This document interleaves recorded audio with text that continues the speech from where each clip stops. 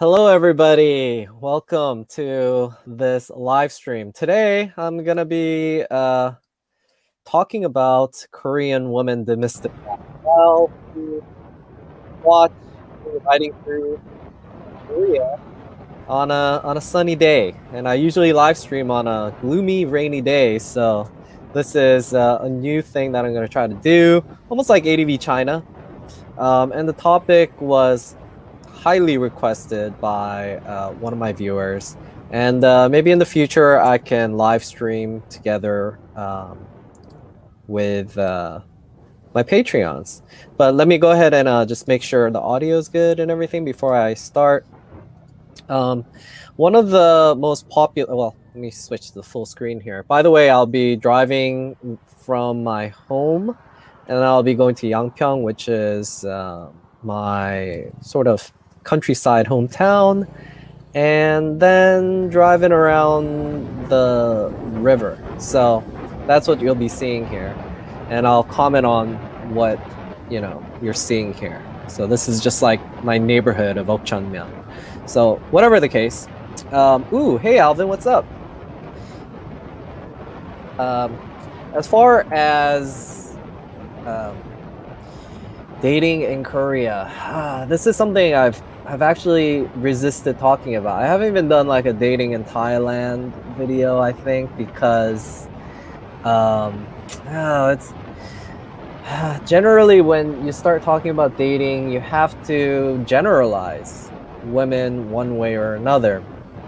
And I think it does more harm than good to generalize women of a certain ethnicity, because one thing that I can say with certainty is there is no one single general woman in any of the countries I've been to.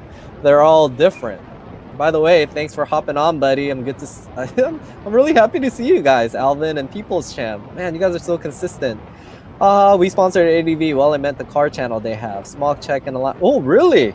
Well, I didn't know that. That's pretty cool. I didn't know that they have a car channel. That's new. Anyways, yeah, that's why I don't like to generalize, and especially Korean women. And but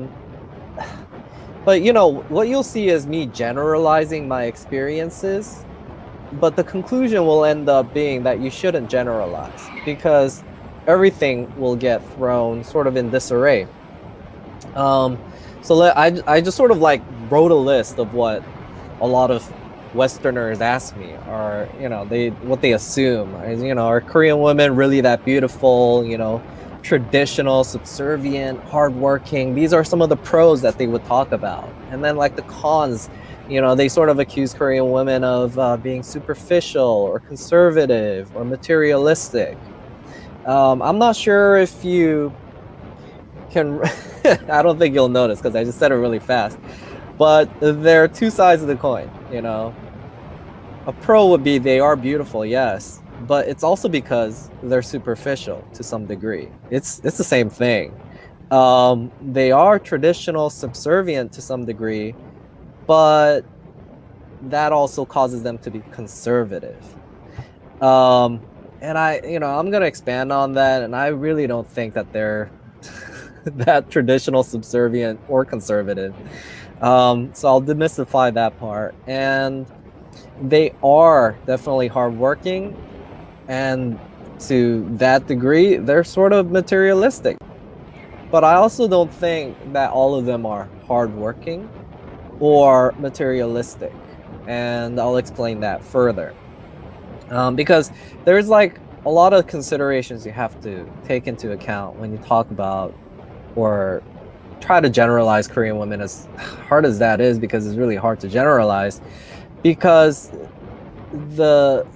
they vary differently based on their age, because the culture gap between the different generations here is, I think, far more significant than anywhere else in the world. Just because Korea has gone through such a huge transformation, just 50 years back or so, when there was the Korean War. Oh no, it's farther back now, I think. When was the Korean War? 50, 60 years? I don't know. But then, and hey, look, see? You see those couples, they're driving a motorcycle with the woman in the back and the guy. I mean, this is like a latest trend. Back in the days, that's not something that women would consider cool, but you see her piggybacking on the back of this guy on this motorcycle. So women are becoming less and less, conservative. I won't say less beautiful, but there's definitely going to be changes between age and cultural considerations. And then you have societal pressure consideration, and that might be really big because even if they aren't a certain way right now, because of the way society is, the media is, and the expectation of their friends, it's gonna change, So I'll talk about how that's gonna impact it. And then the marriage laws in Korea, they're very different than what you might think of as marriage. Like when you marry someone here, it's a whole different concept than marrying in the West. And well, the minor things are like negative ratio considerations, ratio of male to female, how that's changing right now in favor of males, etc. And what's applicable to dating a Korean for a foreigner will depend on the race as well. That's something that you have to take into consideration. So sometimes I'll talk about Korean women in general, but what I think about Korean women in general might not even be applicable to certain foreigners or demographic groups, because your average Korean now still isn't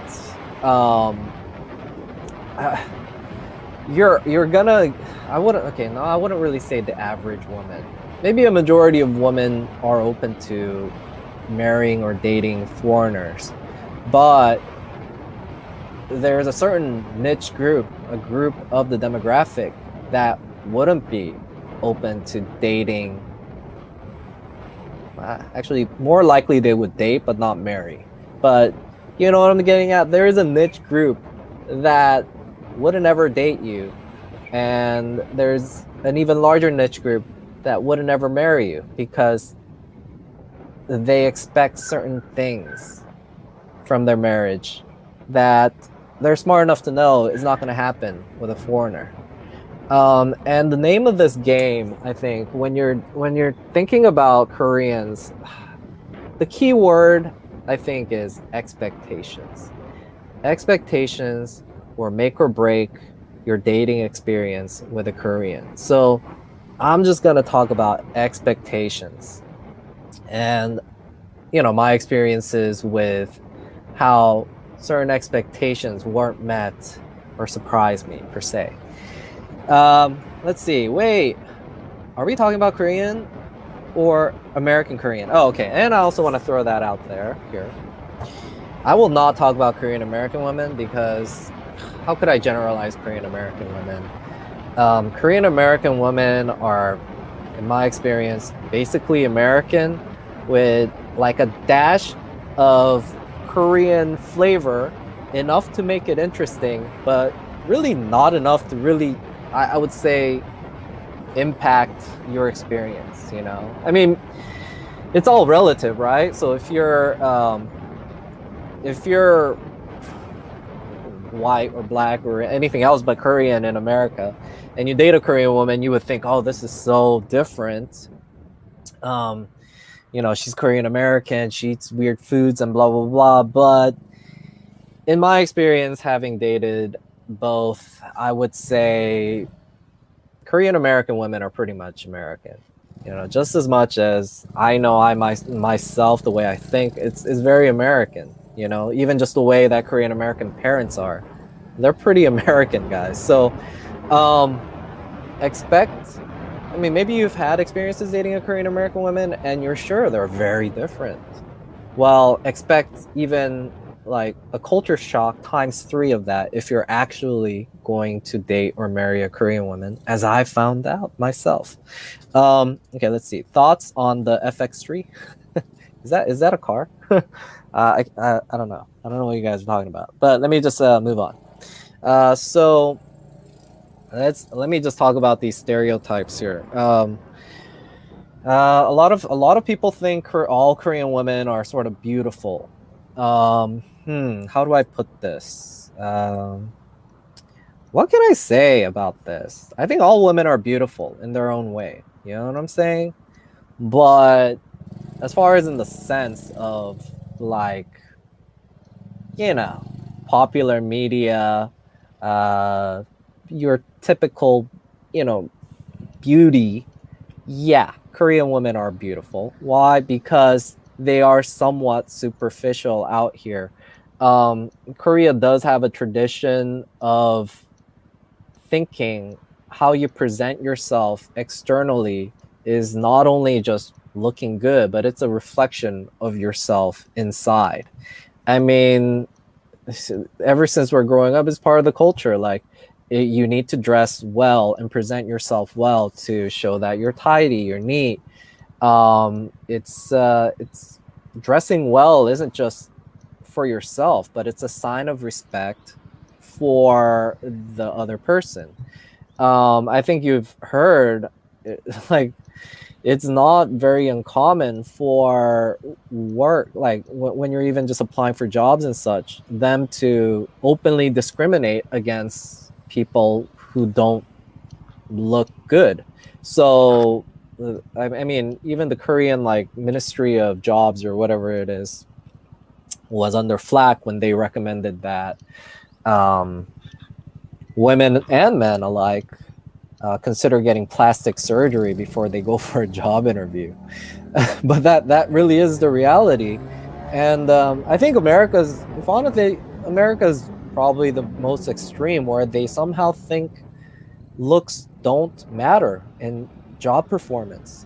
Because in my experience, even working in America, I can tell you, working at a bank, the pretty girl, regardless of how much knowledge she has about a product category, is going to open more new accounts than, you know, a guy like me that isn't as pretty. So looks do matter, and Koreans are aware of that. So now I think they take it to an extreme. I'm not saying that this is good or everything that's happening in Korea is something I support, but I think it's like culture here, it just accepts it to a different degree. There's literally like a science, like how do I say a science? I mean, I think some of you guys have heard of like feng shui in Chinese. Like, you need to have like your house lined up a certain way for the chi to flow well, for you to be rich and stuff. Like these kinds of superficial things. There's literally a whole like study of that Korea have. It's called Kwanzang, and depending on how a person looks, you could literally judge how they are. Like if they have this kind of an eye, then they're like a thief. You know, they have these kinds of tendencies to be like this. If a woman has like some kind of tooth, she's very unlucky. Uh, there's it's ridiculous as it sounds, it exists. And although you ask most Koreans, they would say they don't believe it, but they do. Kind of thing. Like they would say they're not superficial, but compared to an American, they really are. I mean, why would, like, if they really didn't believe it, if nobody really believed this, we would never know of this. It would just this whole like superficial stuff would have disappeared into thin air, and nobody would ever be talking about it. But to some degrees, people still think about it. So yeah, I mean, I would say Koreans are relatively superficial, but not only for that, not only for the sake of being presentable, practical reasons of being more successful at your job, of being able to attract the opposite, but also for health reasons. Koreans aren't, I don't know, I think America's I think this is where America is sort of off, where they think it's unhealthy to be fit. like really obese people, in my opinion, will be looking at people that I don't think are obese. They're probably about the right, weight, and they're like, that's very unhealthy. It's like they're body shaming. It's like reverse body shaming. They're body shaming people for not being obese. Like that only happens in America, I think. But Korea, there's none of that. That's never gonna fly. Somebody who is obese is considered unhealthy 100%. So, I mean, this is like sort of accepted. So, oh, by the way, so I just drove around my park, and now you're gonna see me try riding around in this Segway thing, you'll see that I keep stopping because I didn't realize there was a speed limit. And here you'll see a lot of men and women exercising. So this is a thing. It's like even if you're past that age where you're already married, it doesn't matter how you look.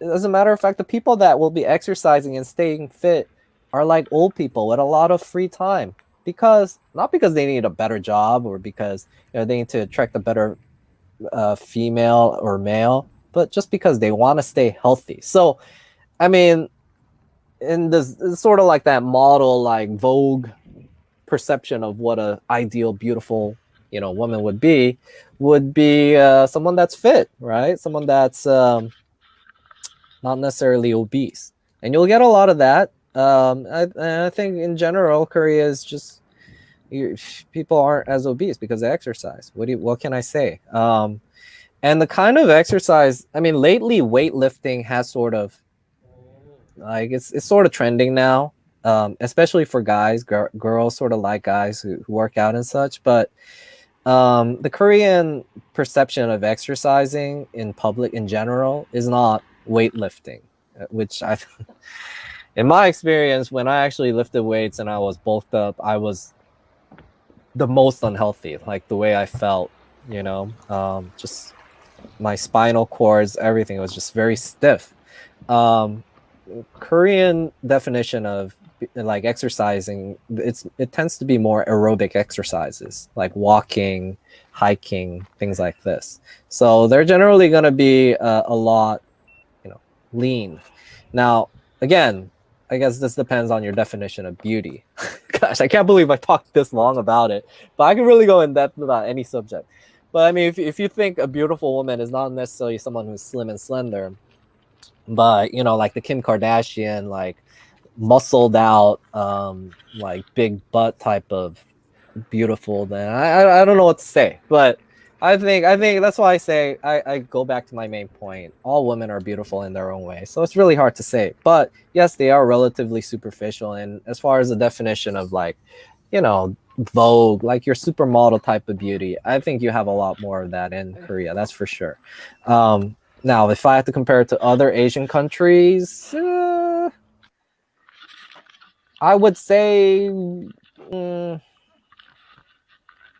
all Asian countries are generally about the same. It's like, yeah. I mean, I wouldn't say there's a higher ratio of more beautiful women in Korea than per se Thailand or Vietnam.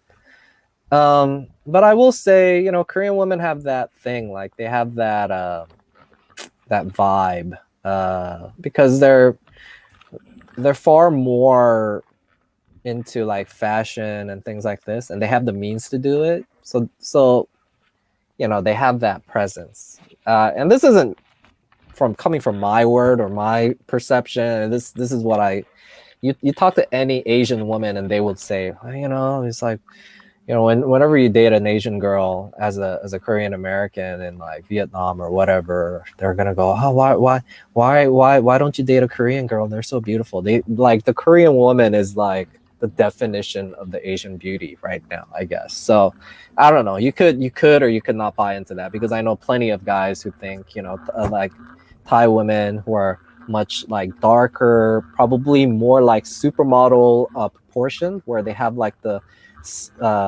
longer legs, thinner waist kind of look is far better. But Asians prefer like the white, soft kind of look, I guess. So anyway, not moving on from this. Next, let's go into. Oh, by the way, let me just comment on the video. So I'm going on the Segway here, and this is a bike path. And I'm really happy to be going on these bike paths because I couldn't with my motorcycle. But man, I love the spring. See how like there's these flowers? These are like weeds, actually. They're like, they don't plant them. Weeds in Korea bear flowers. It's so beautiful. This one I sort of mounted on the Segway, which I realize is not a very good viewpoint, but you can see those flowers really up close. I'll sort of have it upward so you can see like how it is right by the riverside. But man, I love the spring here in Korea. So sorry guys, this is sort of the reason why I haven't been updating as frequently, because I need to really maximize whenever there's good weather. It's the most magnificent thing. I really love traveling in Korea when the weather is right. It's better than any other country. I mean, overall I could say, yeah, Thailand has great weather because it's sort of warm all year round, but when the weather is right, Korea takes it. I mean, it's just the vegetation, the feel, the breeze, everything is just perfect. Anyways, okay, let's move on. Another comment. I dated a Korean girl when I was freshman back in high school. She went to Korea for summer break. When she came back, I didn't recognize her. She had eyes and nose that she was hot. Oh, I didn't mention that, but Korean plastic surgery is world renowned. It's much like healthcare here is the most affordable sort of in the world, as I've I've been feeling lately. Plastic surgery is as well. You literally have Japanese and Chinese coming now. Thais, like it's very normal for Asian girls to come to Korea to get plastic surgery done. It's like literally they come for that specific reason. So even if you don't look good, you could get it done for very affordable price. So yeah, it's really hard not to look good in Korea as a girl. It really isn't. You don't eat, then you won't be fat, and you spend a bit of money and you'll look good. All right, so okay, really moving on. Next thing. This is probably this is gonna be a lot to talk about. There's this perception that Korean women are traditional and subservient. And then the negative of that would be they're too conservative, they're prudes. Is that what you call it? Like, um, let me first say that is a misconception, in my opinion, as far as Orange County girls, California girls. I would say American women, in my experience, are just as or even more conservative. As far as it coming to like what you guys are thinking, like sexual promiscuity and stuff like this. Like, you think like, Korean women won't even kiss before they marry or something. I don't know what you might think, but they're not like that. I think these kinds of perceptions come from maybe watching movies, like Japanese movies or something. And being that Korea is probably the closest, relative to Japan as far as culture, people assume Korea is like that. First of all, Japanese aren't like that. I mean, Japanese girls are probably even less conservative. But Korean girls aren't necessarily like that. But this is where I would have to say you have to take the age gap into consideration. And the societal pressure.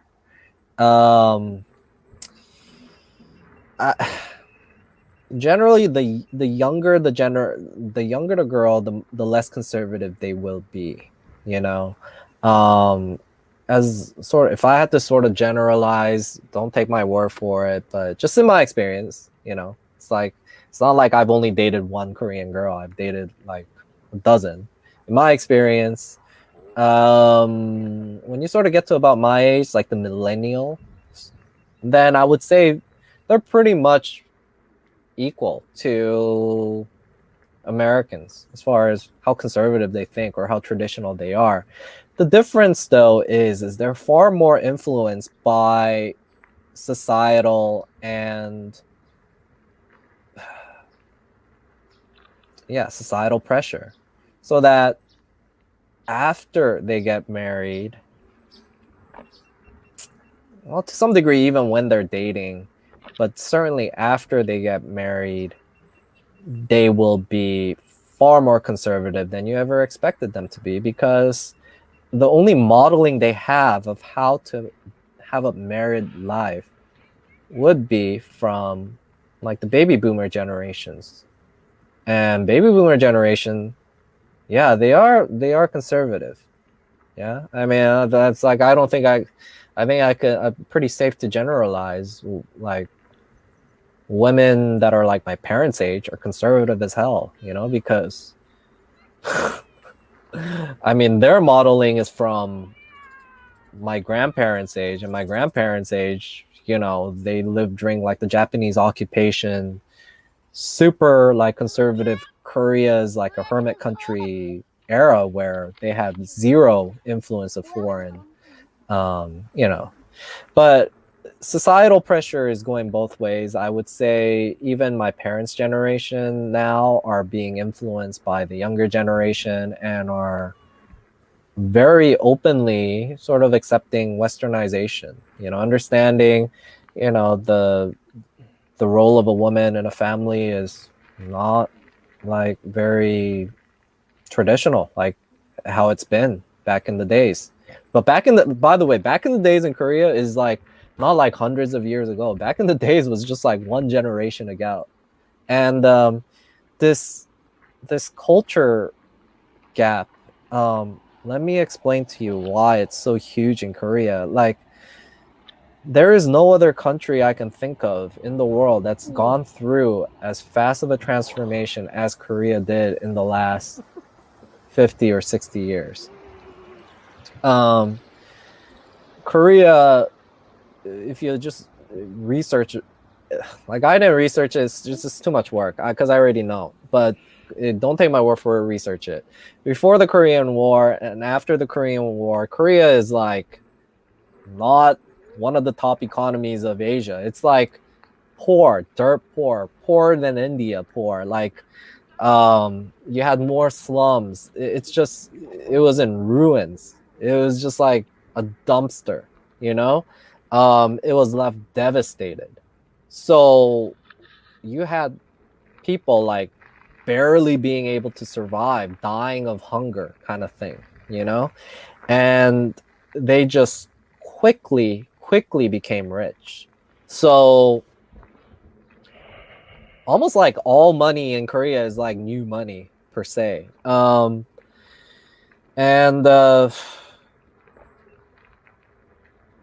not only has there been such a huge dramatic increase of like money and wealth into the country, because now Korea is ranked what top 10 country economies in the world, right?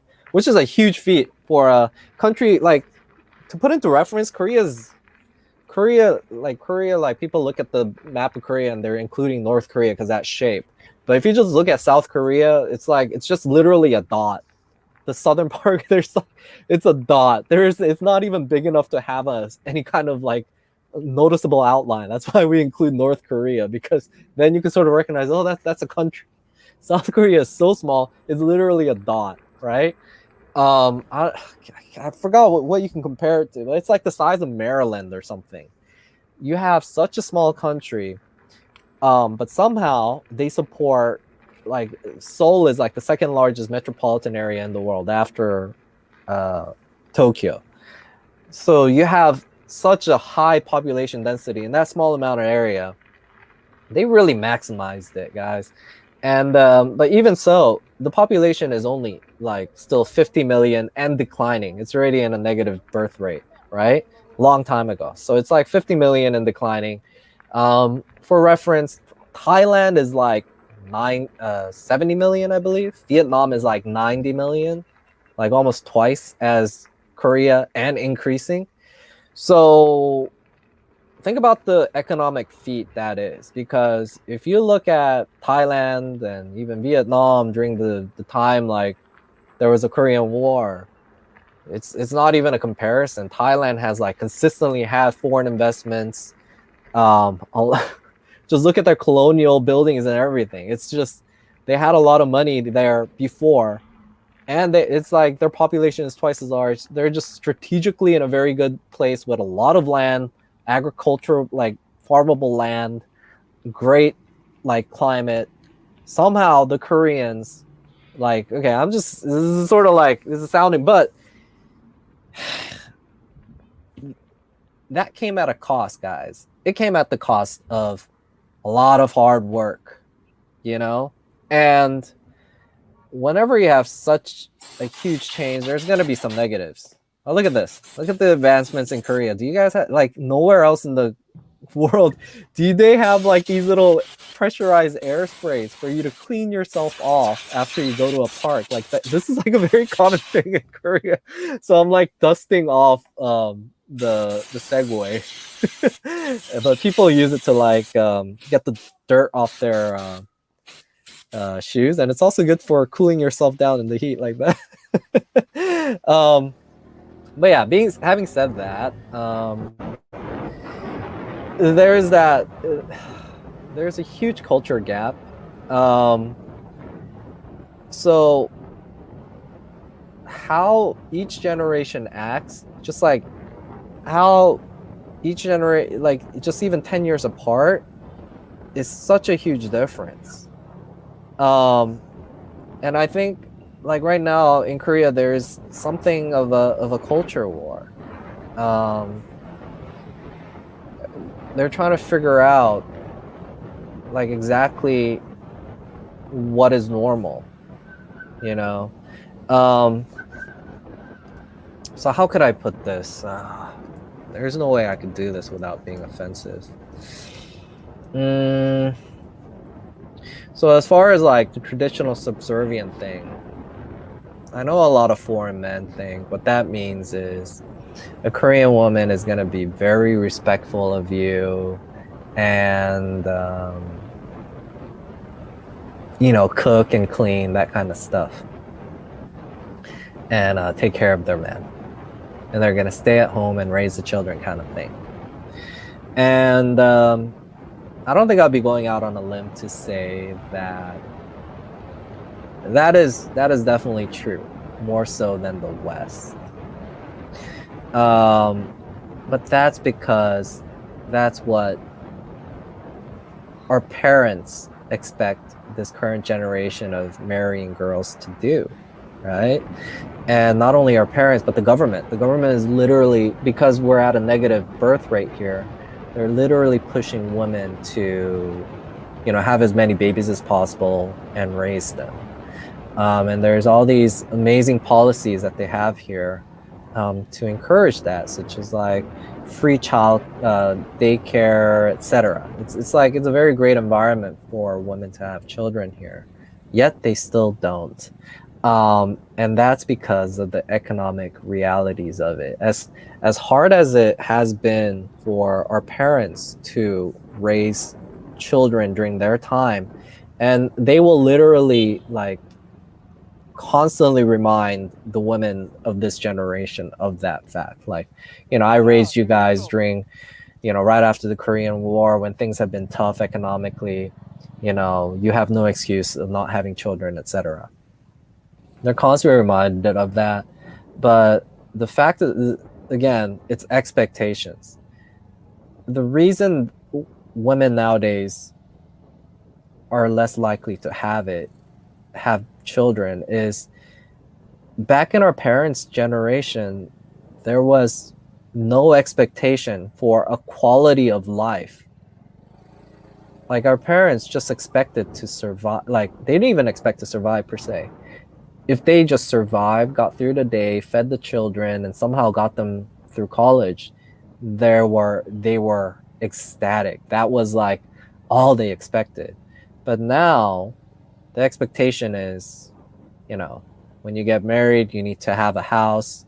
And that's one of the biggest killers to marriage happiness, because housing prices have just gone up astronomically and continue to do so. Some like there's like a 50% rise in housing prices during COVID or something here in Korea. It's ridiculous. So it's just becoming more unattainable, this expectation.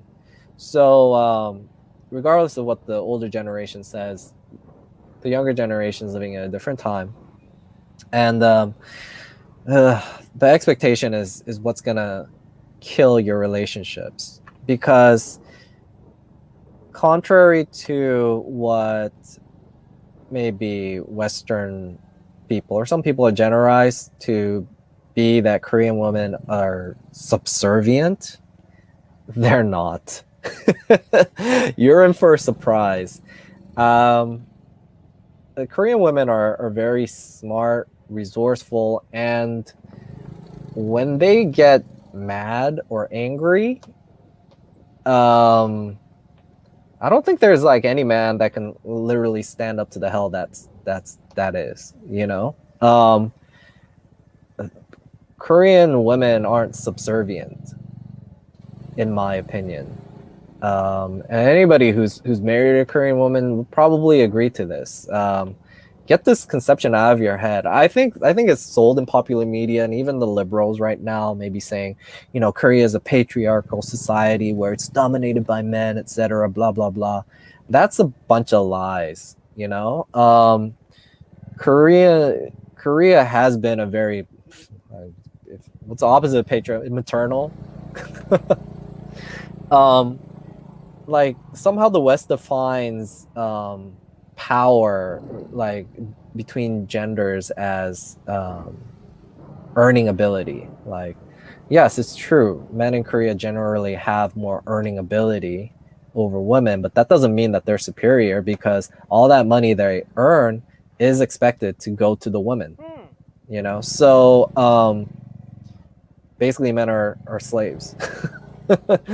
And the reason why men tend to earn more is because women expect not to be working when they marry, you know. So again, with this expectation, older women, especially in parents' generation, the expectation is that when you marry a woman, it's the man's job to completely take care of that woman, financially, everything, you know. And it's the woman's job to take care of the man emotionally and like sort of physically, like, you know, make food, etc. So it's like a segregation of duties. And like it's not like Korean women, although Western culture has sort of come in here and it's influencing that to some degree, and there's, especially the younger generation, they think there's inequality. You ask like older women, my parents' generation, and most women wouldn't think that this is very unfair to women, or like contrary to what's like out there. There isn't much of a animosity against, you know, them having raised children. You know, they maybe there's some regrets, like, oh, if we weren't so busy like raising children, we could have maybe traveled more and spent more time with my husband. But it's like it's both ways. It's like men think the same thing too. You know, if I wasn't so busy having to work so hard to provide for my family, you know, and it's not like women think that the men got off any easier because, you know, like another different topic, but something that's quite true is the work environment in Korea is really, really tough. So you can't really say that it's tougher necessarily to raise children than it has been to try to survive in Korea's work environment, the one that got them to be, you know, the top 10 economy in the world when they had literally everything going against them after the Korean War. And it's just, it just, you talk to anybody that's sort of like my parents' age and what they had to do to make ends meet, to, you know, all the abuse they took at work to earn money. And it's not like you'd be hard pressed to choose whether or not you would want to raise children or go through that, you know. And raising children wasn't easy for my parents' generation either. I mean, they barely had much money, and then they had to sort of make ends meet whatever way possible, you know. So it's like both of them had it tough. They just realized that's what needed to be done to get the country to where it is. And now Korea sort of, you know, it's like times are good. You know, my parents' generation, they're retiring. I think the average Korean retiree is much better off than the average American retiree. I mean, this is testament to just how many Korean Americans that work in America are now choosing to come back to Korea and retire, just like my parents themselves. And everyone would swear, you know, Korea is great. So that being said, back to the point, this culture gap between the young and the old it's significant, but you have to take into consideration their sphere of influences, right? So if you're dating for the purpose of dating the woman, it's quite important to know, you know, who her spheres of influences are. If you want to know how marriage is going to be with that woman, not only do you have to analyze how that woman is acting right now, but you would have to meet their parents and see how they live, and like her friends and what they think about marriage, because she might be super subservient or whatever, but if her friends, all her friends are influencing her, oh, you know, you got to be, you know, like the Americans, like the man comes in and do the dishes and all this, and so you're not going to get a very subservient woman.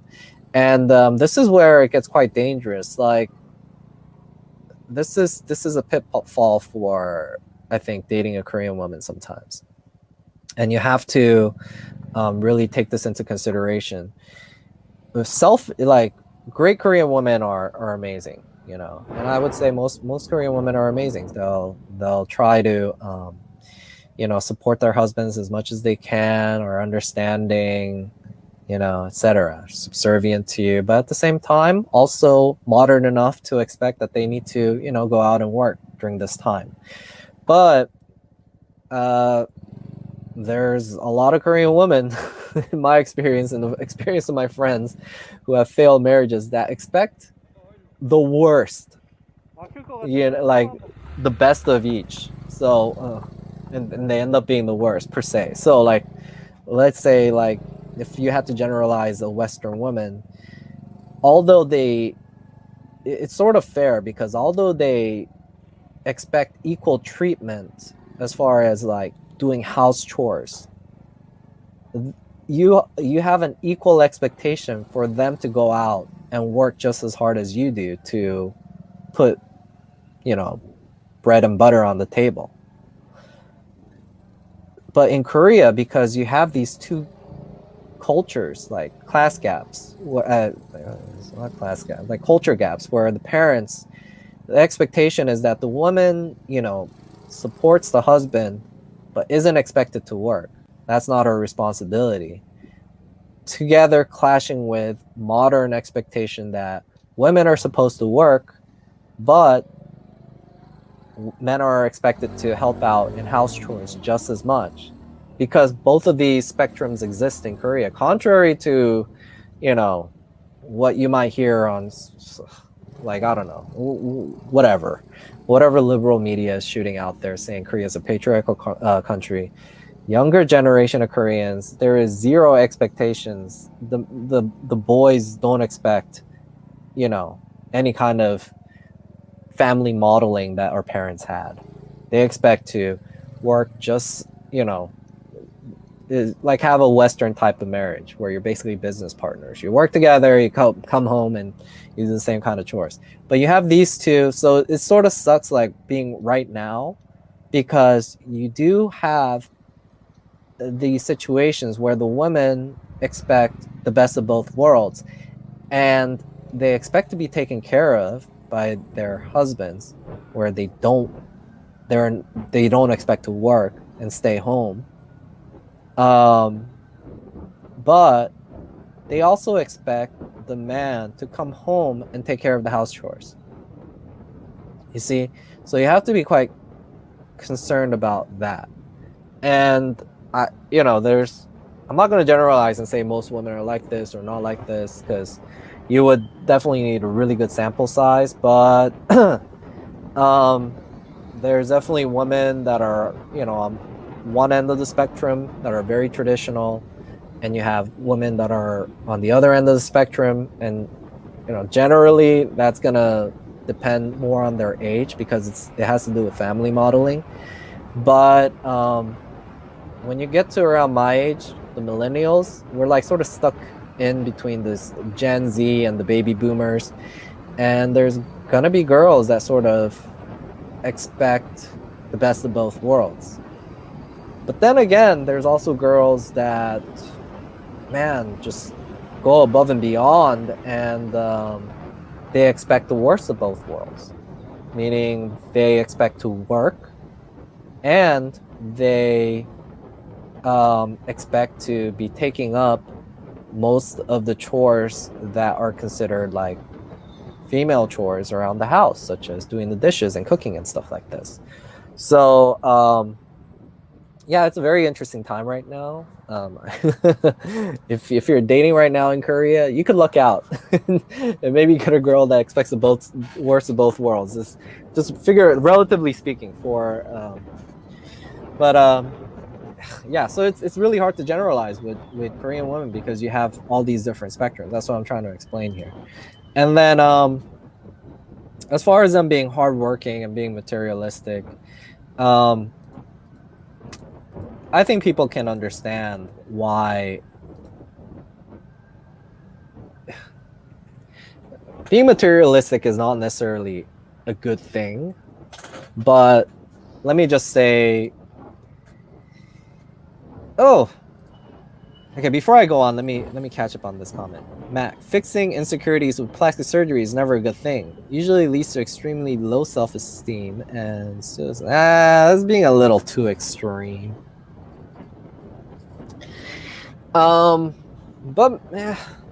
who knows? I mean, because it is true, suicide rates in Korea are quite high, and there's quite a lot of plastic surgery going around here.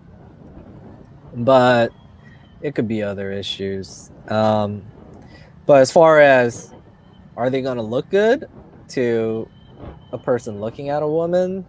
Yeah, it's vice versa. Like, Korean men tend to be getting plastic surgery. Like, plastic surgery for women has been a thing for a long time, and maybe there's even a backlash now because, like, there's that plastic surgery face. So for a long time now, like, Korean women, like your beauty has not been your typical plastic surgery face beauty. Like, lately you'll see the popular girls have features that aren't necessarily your typical plastic surgery beauty, but it makes them unique.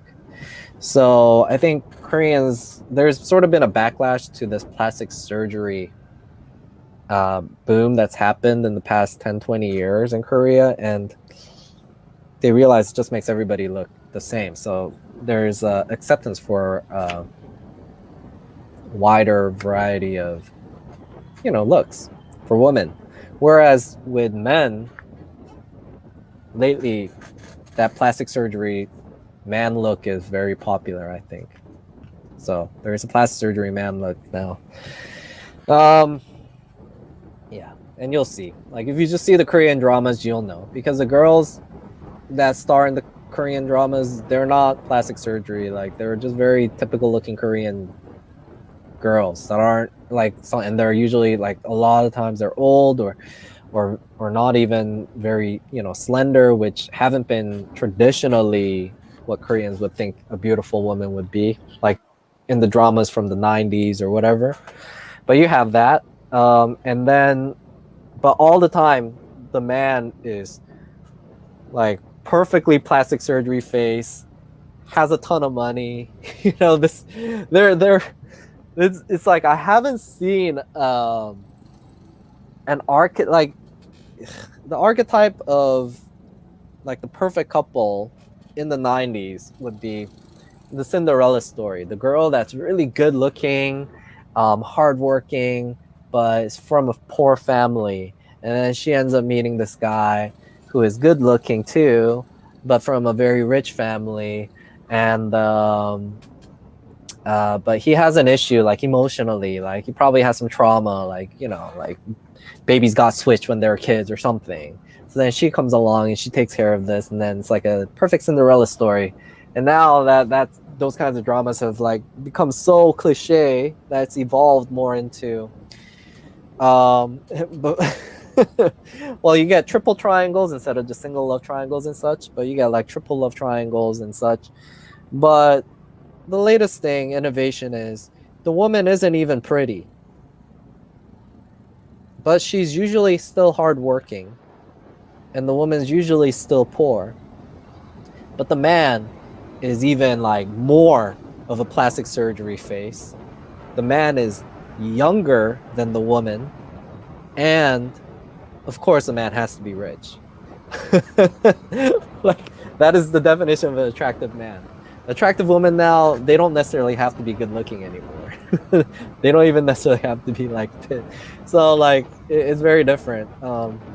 Anyways, let's see. What am let me just tell you where I'm going through. I just drove through Yangsuri, by the way.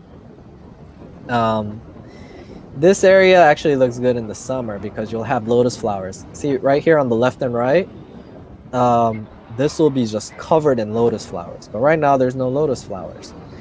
I think they literally cut them all down. I don't know if it was to make a fresh batch to grow, or they're doing this because of COVID and they don't want bulk gathering. But this area is known for their lotus flowers.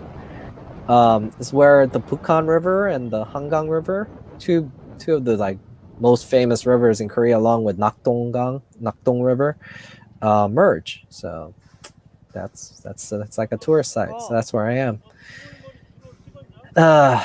My dad is asking me if I've flown a drone here. But anyways, hey Machek, since you're up, do you want to hop on the stream, man? Just give me a call me online. Whatever the case. Okay, so going on, are Korean women hardworking? I think so. I think Korean women are generally hardworking, and I wouldn't call them any more materialistic than your American. I mean, I think it's I do see the justification in calling Korean women materialistic, but I don't think they're any more materialistic than American women. You know what I'm saying? Like, I think people see like Korean women are very crazy about purses, for example, and they think it's just very materialistic. But you know, maybe American women aren't as crazy about purses, but they're, you know, just as much or even more crazy about cars, which cost 2, 3, 4 times more than even the most expensive purse you could ever find, you know? So they're not necessarily, I think, materialistic. It's either that or every woman is materialistic or every man is material. It's just that everybody is materialistic, you know? So, but they are hardworking because they want to have a future that's different than their parents. I sort of understand it from a Korean's perspective because, and this applies to Southeast Asia and most Asian countries. It's one thing like you or me. If we're American and we've had it, you know, like I've worked hard and I've had like a nice house. I've had like the car that I wanted. I've had pretty much everything I've ever wanted in a materialistic sense. And I realized, you know what, that doesn't really make me happy. And I get enlightened and I look down on people who are materialistic because it doesn't fit my values. You know, you could get that, but think about it from the point of view of the person that's never had it, you know? So roll your attitude back to when you're 18 years old and you never had a car, you know? It's like, if I think about it, I was super materialistic when I was 18. You know, like my whole world revolved around trying to get a nice car, you know? So I think that's how it is with Korea. Yeah, you might have like older people that are not 18 years old still like wanting to have a car. It's because, you know, out here in Korea, it's like, it's very hard to get a foreign car. All they've had is the same Hyundais that everybody else is driving, for example. So they will have to experience driving a BMW and understand the thing just breaks down all the time and is more of a hassle than it's worth, you know? But this kind of stuff isn't common knowledge in Asia because they've never had it, you know? Especially to Korea, where the place was war-torn like 50 years ago, you know? So they think this is the latest and greatest thing and they want to have it. Yeah, sure. So I think that's what it is, but I just don't think that their values are any more materialistic. Like when it comes down to, hey, you know, we only have so much money, we need to budget and make ends meet before we pursue these materialistic, luxuries. I think a Korean is more likely to, like Korean women are more likely to, go, you're right, let's try to budget and spend money and get our basic things done. And I think this is, I think one aspect of this, I think, is also age as well, because materialism, the influence of making people think, or women think in this case, that it's necessary to be materialistic to be happy, is, I think, a result of popular media per se. And younger people are generally more exposed to more popular media, I think. And I think the younger you get, probably the more materialistic they are, maybe. But they're also probably more likely to be more enlightened people, because the younger generation, they're sort of like Americans. They are going to have an opportunity to experience all these luxuries and realize it's sort of, it's not that big of a deal. So I think it's just, Korea's in a transitional phase, and that's how it ends up being with Korean, when it's like, that's why it's really hard to judge a Korean woman on that, but whatever the case, let's see, I haven't had too many other comments.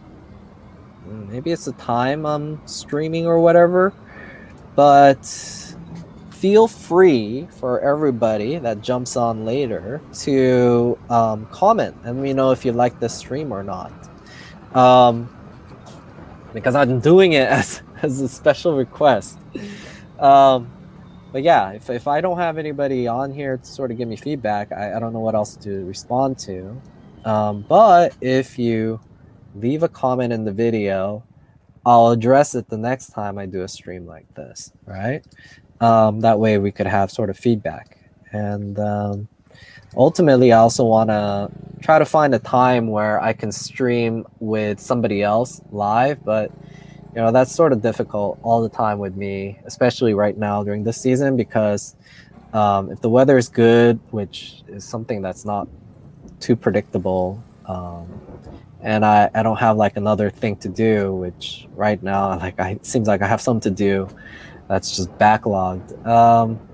That's the only time I have to live stream, so it's really hard to schedule ahead anything. But if somehow it just conveniently, one of you guys, you're available to, hop on and chat with me and talk about these topics, I'll be more than happy to have you on. So when you marry a Korean woman or you date, this is something I think you have to take into consideration. So I'm gonna talk less about these generalizations that Western men have and me trying to dispel it. Point of the matter is, so far, is that just go into, when it comes to expectations with Korean women, have none. The only expectation you should have is that there is probably going to be a huge difference between the age groups in Korea. Like, dating someone that's 20-year-old right now and 30, even though they're 10 years apart, is night and day difference. Not only because of the culture gap, because also you have the negative male to female ratios. So when a woman sort of gets into their, I think Korean women tend to try to marry like by 30. Like when they're around 30, like, pressure to get married is at its peak. So they try to get married then. And another pressure is Korean women are expected to sort of live with their parents, and it's not that they don't have the financial means to not live with their parents, but it's like society thinks you should only move out when they do get married, and they just don't want to be nagged at. Imagine getting nagged at. I mean, Westerners get nagged at for 18 years and they move out. Korean women get nagged at on average twice as long as that. You know, it's like being a teenager for twice that amount. And it's like society doesn't expect you to move out because, you know, women, it's just sort of wrong for them to live alone. It's dangerous, blah, blah, blah. Like the younger generation, they're more likely to be more open-minded about this and then allow that, but that's how it is. So they try to get married by the time they're 30 because it's like 30 years of getting nagged at by parents. They want to get the heck out. So you have to be careful because sometimes their MO for marrying you or dating you to eventually try to get married at that age is not necessarily because they like you, but you're sort of like the best option at that time for them to do what everybody else does, you know? And in Korea, traditionally, it's been said, and parents will keep brainwashing children to think that it doesn't matter who you really marry, you know? As crazy as this sounds, that's what Koreans will tell their children. Like, you end up learning to love each other, you know? Once you have kids, everything is gonna be okay. Yeah, so it's quite normal for Korean girls to sort of like be dating you, and although because they're polite, they won't say it to your face. There's things they're probably not going to like about you that they're going to have reservations for, but they might think it's just completely normal to do that because that's what their parents did. Their parents literally, like, our parents' age, it was like arranged marriage, you know. Well, no, I wouldn't say that. Baby boomer age, it was they started dating, but maybe like my grandparents' age, it was arranged marriages most of the time. My parents' age, it was arranged marriages a lot.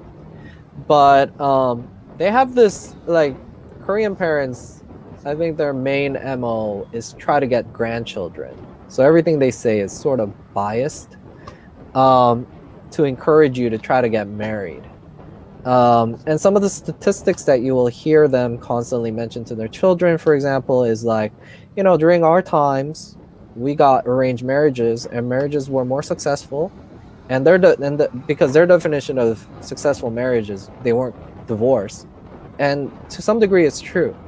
It's not to some degree. It's 100% that is true. Our parents' age, there was arranged marriages, and they didn't divorce. So, in that definition, they have far more successful marriages under arranged marriages. But the problem with that logic is, at my parents' age, there was no expectation of love and happiness for the marriage. The expectation to get married was simply to have children, and simply having children, you know, was the source of every woman's happiness. You know, like, you have to give that to them. Our parents, like our mothers, they are just like, their children are the world to them. They're happy with just the fact that they have children. So it doesn't really matter what the husband does. It doesn't matter if he goes around and cheats on you or does other things. It's like, you know, at the end of the day, they're happy because they have children, right? But unfortunately, in today's society, that isn't the case. The expectation that people have for marriage is not simply that they have children, but that they have, you know, happiness and love, like this feeling of love between the man and the woman. So the logical thing to do at that point, if that is the expectation, would be to try to date and find somebody that they're happy with, you know, and have a lot of consideration for. But unfortunately, because of this influence from our parents' generation, that's not necessary, because during our time, that's not how we did it. A lot of I think a lot of Korean couples, women, choose their partner based on list consideration. So that's why you'll have like these like mixture of like expectations, and everything will sort of go south. Good news though is that this isn't something that's recent, but it's been happening for like the last 10 years. And if anything, divorce rates are trending down because now it's like that's not going to fly anymore. Like younger children, Korean women aren't necessarily going to marry you just because without much consideration to their feelings. There's going to be far more consideration for their feelings. But I would say that to some degree, Korean women around that age group, they're a lot of their motivation for getting married isn't necessarily simply because they like you. You have to, it's like some women, it's gonna be because they want to get the heck out of their parents' house, and the only way out is by getting married. And this is not my assumption or my expectation. This is literally the words that come out of the mouth of Korean women that I talk to. That's like, I was really surprised when I heard that. And like, I remember talking to one of my friends, and I'm like, why do you think these girls are getting married? And she's like, to be honest with you, like, we talk amongst ourselves, and it's like, we just want to get the heck out of our parents' house and have our mother stop nagging at us. And our husbands were like the best candidate at that time. So yeah, I mean, be careful with that, because a Korean woman is gonna be very good at hiding her true feelings and emotions as compared to like Americans. Like American women in general, Americans, not just American women. Like when I say Korean women, it's like you can just generalize it into Koreans in general. Like it's the same. Like a Korean man also wants to like sometimes get out of their parents' house and influence. That's why they get married when they're 30. Like you could switch it around and say the same thing about Korean. This isn't being sexist at all. But Americans in general, the way we have zero filters. So you get what you see, kind of thing, with an American. Like I don't really beat around too much, and that's why I got so much to say,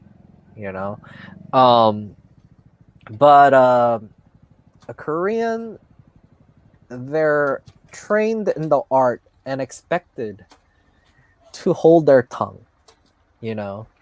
Why? Because it's a very Confucius culture, and Confucianism has been around, talking about hundreds of years. It's like quadruple the history of America. It's been around, where it's been very Confucius here, where the young respect the old. So when you grow up in your house, you're expected to only speak when spoken to. Lately, there's a bit more liberation around this, and the younger kids, are encouraged to speak up, etc., from the parents. But when you compare that to relative to Americans, the younger American kids now, it's like there's night and day difference. They're still relatively holding their tongue and quite well versed in doing so. They don't think that this is a bad thing per se. They don't think that this is repression. They actually think this is wise. Like some of the classic like literature, for example, in Korea, like for example, is like like Romance of the Three Kingdoms. I've been into this lately. It's Chinese, but a lot of the classic literature is from China and Korea, whatever. But like Koreans will read Romance of the Three Kingdoms, etc. This kind of logic where Americans have this too. It's called Godfather. Never speak your mind outside the family, kind of thing. Koreans think it's wise to hold their tongue and analyze and judge the situation before they make a move. And a Korean woman is sometimes silent, not because she agrees with the situation, but it's just how they are. They'll keep things to themselves. Problem with this is when you break a promise or an expectation, the fury of a Korean or a Korean woman is going to be far greater than the fury of an American woman that just speaks her mind, yells, and throws her tantrum um, when the thing happens. I mean, even within America, you have people who are sort of introverts, and when those guys blow up, it goes crazy. Like, just look at all the shootings, like in like Columbine and all these people, like the high school shootings. Like, one thing that you'll notice is every one of these guys that blows up, it's like, and does a high school shooting, they've been bullied, and they're like introverts. That's like a very common feature. So think about that. You have far more introverts in Korea because they're expected to hold their tongue. So for most of the interactions you'll have with them, it'll be pleasant, especially in the beginning. But when things go wrong and it blows up like hell has no fury, far beyond, like if I don't know, hell has no fury is an American term, like a woman's, wrath. Oh, if hell has no fury like a American woman's wrath, then like a Korean woman's wrath is like hell has no fury, like espionage, Satan, like, because like Korean women are very, oh man, how do I say this? I've never, like, I'm not gonna generalize all Korean women, but my experience, I've had situations when a Korean woman just sort of that I was dating had an agenda against me, and oh my gosh, it's like the way they manipulate people behind your back and lie and all, it just goes way beyond a simple-minded American like me.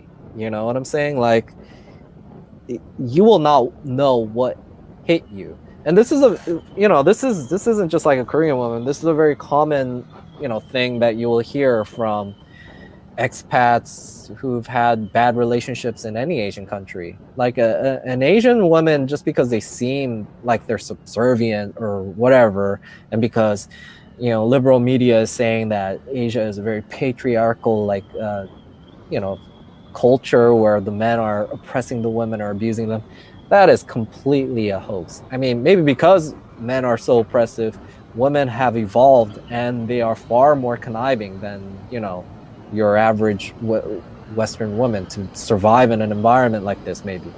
But yeah, I mean, like, these stories of a Western guy like getting married in like Thailand and getting like, all of a sudden they get their house stolen and people come and they're stealing their at gunpoint, and it's like these kinds of things, it doesn't really happen.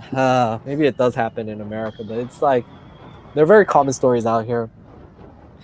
I wouldn't say Korean women get that crazy, but what can I say? I'm just saying, be wary of the ones that don't argue with you and hide their cards, because generally, as a rule of thumb, any psychiatrist will tell you, the more you hold in your anger, the bigger the burst is gonna be, and this is the thing. Like, I would say Korean women, a lot of them take dating very seriously.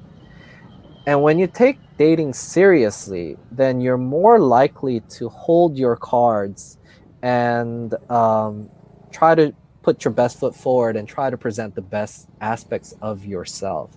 So the longer you date, the more you'll actually find out about them. And this is why, even in my Thailand videos, like, one advice I always give is don't buy a condo in the first year, and the like two advice I give is like you can just do pretty much whatever you want, but one, don't go out there and buy a condo in the first year, and two, don't settle down with a girl only after in your first year there. You really need to like basically the point of me saying all this is I'm giving you some pitfalls so that you understand that it's not very wise to assume and generalize any one woman out here, but instead take your time dating them to really know what they're about, you know. I mean, I can tell you even between me and Mayu, like we're going on 6 years, you know. 6 years we're pretty much a married couple, but like I would say the third year is usually when you generally find out a lot of things, because you know in the third year me and Mayu had a lot of issues because there's a lot of things that she would be understanding of me about, and after 3 years you know that this person, like after 3 years you know this person ain't gonna change, you know.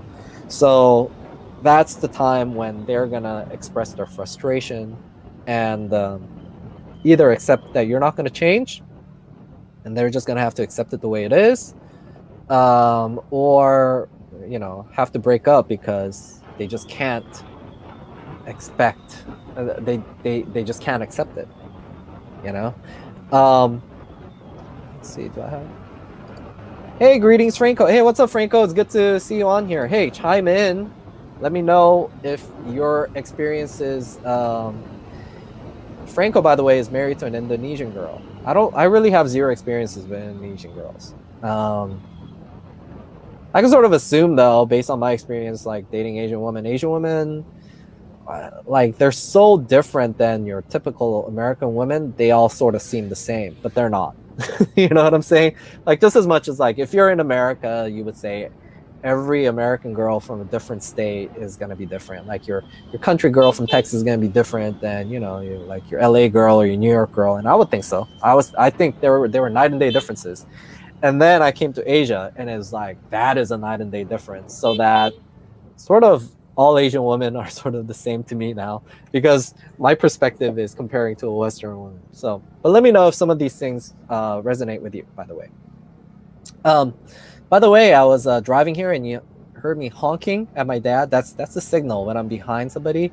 Hey, there's like a turn, you know. And I decided to go up this little mountain trail. I found it a long time ago, and I never had an opportunity to fly a drone around the golf course, which sort of seemed cool. So I'm heading over there, but it's like a nice drive. This, by the way, I mean, you saw me go up the Pukan River, and then I'm just sort of going through like the many mountain passes around my home. Like my home is like literally in a national park, nestled in a national park full of mountains. So this is just how it looks like all around my house. Okay, Indonesian women are really family related. This is super nice, but Indonesian women are completely different to Germans. Yeah, I would say that's very similar to Koreans. And most Asians. So yeah, I mean, talking in that sense, generally with all Asian women and also with Koreans, when you marry a Korean woman, unless she's an orphan, you know, and they do exist, like let's say you're Korean, like there's always exceptions to all of these, you know. That's why I'm saying I'm generalizing for the sake of just letting you guys know to dispel the generalizations and to like encourage you guys to date and find out for yourself, you know. But I'm not generalizing to say that, you know, all, and certainly not all, and you know, not even that most Korean women are like this, but you know, this has sort of been my experience. I've had pretty decent amount of experience in your typical guy. So, I mean, what can I say? So these are the pitfalls that you got to consider. But Korean women are, how would I say? I would say they are just as family orientated, if not as much as any other Asian woman. Yeah. So dating is okay, but when it comes to marrying them, you have to understand you're marrying the family. So unless you're the type of guy that just sort of is emotional, don't really care, and you're not analyzing and judging. Like there's some guys that will sort of like, well, let's be honest. Most of us, when we're dating, we're basically sizing up our partner to see if this would be a good candidate for marriage, right? We're sizing them up. When you're marrying in Korea, dating in Korea, and you're actually thinking about marriage, it's just as important to size up the family members, because they're gonna impact your marriage just as much, if not more, than your wife. I kid you not. You know, um, your wife might be not that conservative. She loves, like, when you're dating, she loves, like, she's very free spirited and blah blah blah. But the moment you get married, it's like, what? You know, like there'll be things that she's gonna think, well, didn't you know? You know, like, let me just tell you some of the extremes. Some of the extremes is, maybe you guys know, like, there's a generally in Korea, like the oldest son takes care of their parents, right? But now, because a lot of the older sons maybe just aren't financially well off, you know, to be able to take care of their parents, there is a growing, it's growing in popularity, and more parents are living with their daughters in their old age. It's not very normal for Koreans to go into nursing homes when they're older. So there's a good chance you're gonna live with your parents in-laws, and you're gonna have zero say in it. Literally, like, if you're in Korea and you're saying, no, this is not right, you know, let's just send these people to a nursing home, like, all of society might be against you on that. You know what I'm saying? Or like you say, why don't your brother take care of them? Like, they can't afford. All of society will be against you and your wife, and you don't want to piss off your wife, you know. So yeah, take that into consideration, you know what I'm saying? Or like, maybe before you talked about her working and helping out with the bills, and you're okay with the American style of, and she loves it too, you help out around the house and stuff. But once you're married and she has children, all of a sudden things change, you know. She could think, you know what, maybe I should stay home, you know. And then her mother is influencing her to do that. All her friends are saying that and saying, you know, you're wrong and he's wrong for insisting the American way. You know what I'm saying? Like, when you size up your partner, like, like, it's okay when you're dating, it's fine. But when you're getting married, you have to size up her friends and her family. And I think this is one of the biggest reasons marriages are very unsuccessful in Korea. Like, when you consistently see, like, money being ranked as the top, like, reason for divorces in America, in Korea, money still is, like, finances still are one of the top reasons, but like more so, like, as a higher ratio than America. Like, surprisingly, like, second biggest issue is in-laws, family expectations. So this is something that you wouldn't be used to in America, that you're gonna have to take into consideration. Now, this is a little different if, like, you're gonna date a Korean woman and the expectation is for her to come live in America.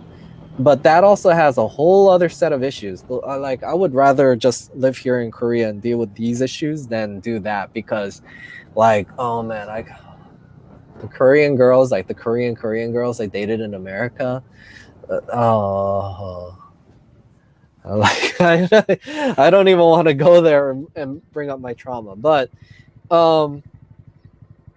yeah. Let's see.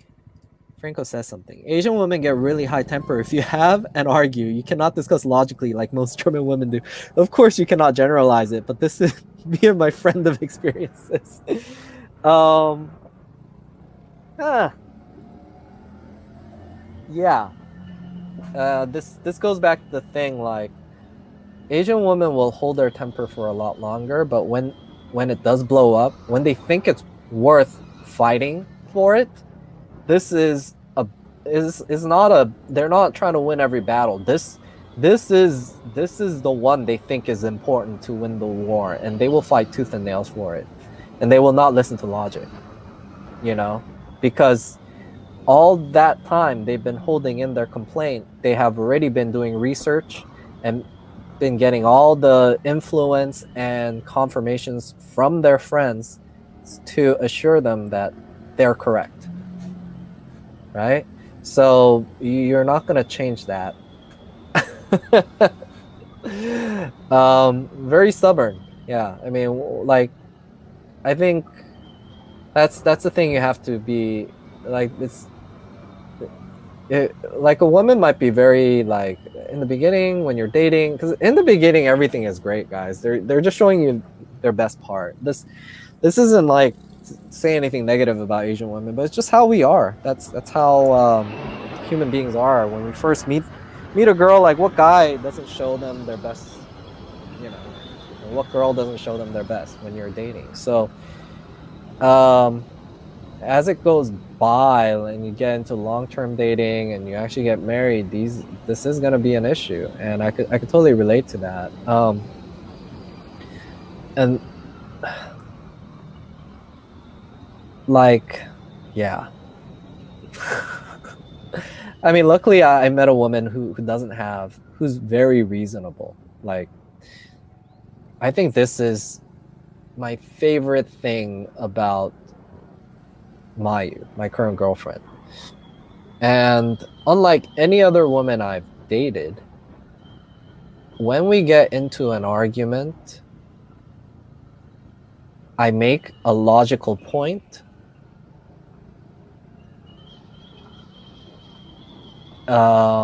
She's more likely to listen. So in some way she's not like a woman at all sometimes. But I mean, it did require, like, me and my girlfriend are very open. Like, it's like I could see in the beginning she had tendencies to sort of hold in hold her tongue and not say certain things, and try to be understanding. And I had to literally like consistently communicate to her that I need her to communicate those things to me, because that doesn't really help me. Like, it's not really helping the relationship. Like, you need to communicate what you're not happy about right now, I mean, but that being said, just Mayu is a very understanding person in general, because there's also women who will argue about everything, and they're still not logical. Like, I've experienced women like that too. Like, they will literally argue about everything and they will not listen to logic, this is something, you have to be careful about. I think American women, in this sense, that is, in my opinion, something I prefer more with westernized women. They tend to be more argumentative, but arguing isn't bad. It's a way that you're communicating, like, differences of opinion, and they're arguing to arrive at a mutual compromise. Nobody likes to hear that their opinion is wrong, or what their opinion is not what is gonna be done.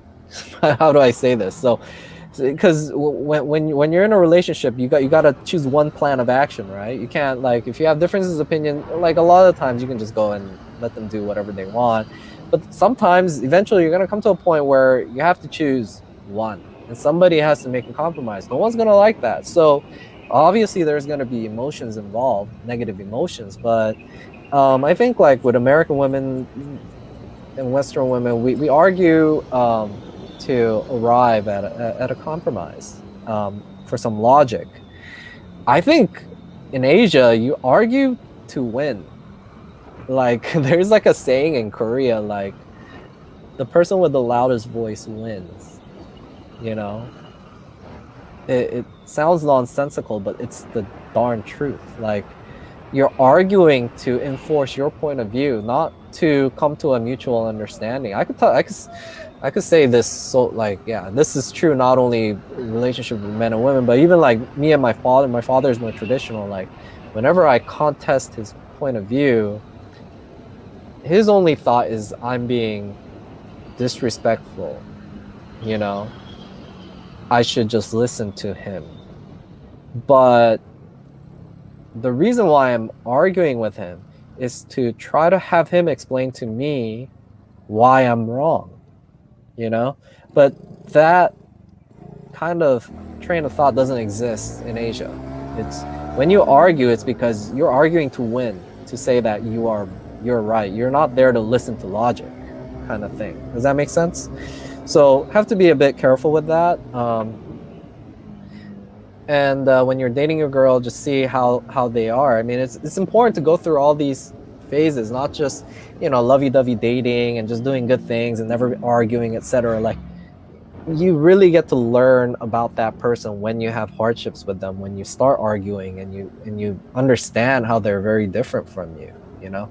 So that's what it is. What's up, Ethan? Long time. Alex yeah, what's up, Alexis? Long time. Hopefully you're on more often. What time is it in Texas? It should be like 3-4 a.m. Night owl.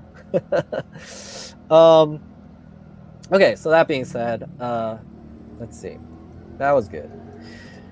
So materialistic, hardworking. Here it is, guys. Expectations.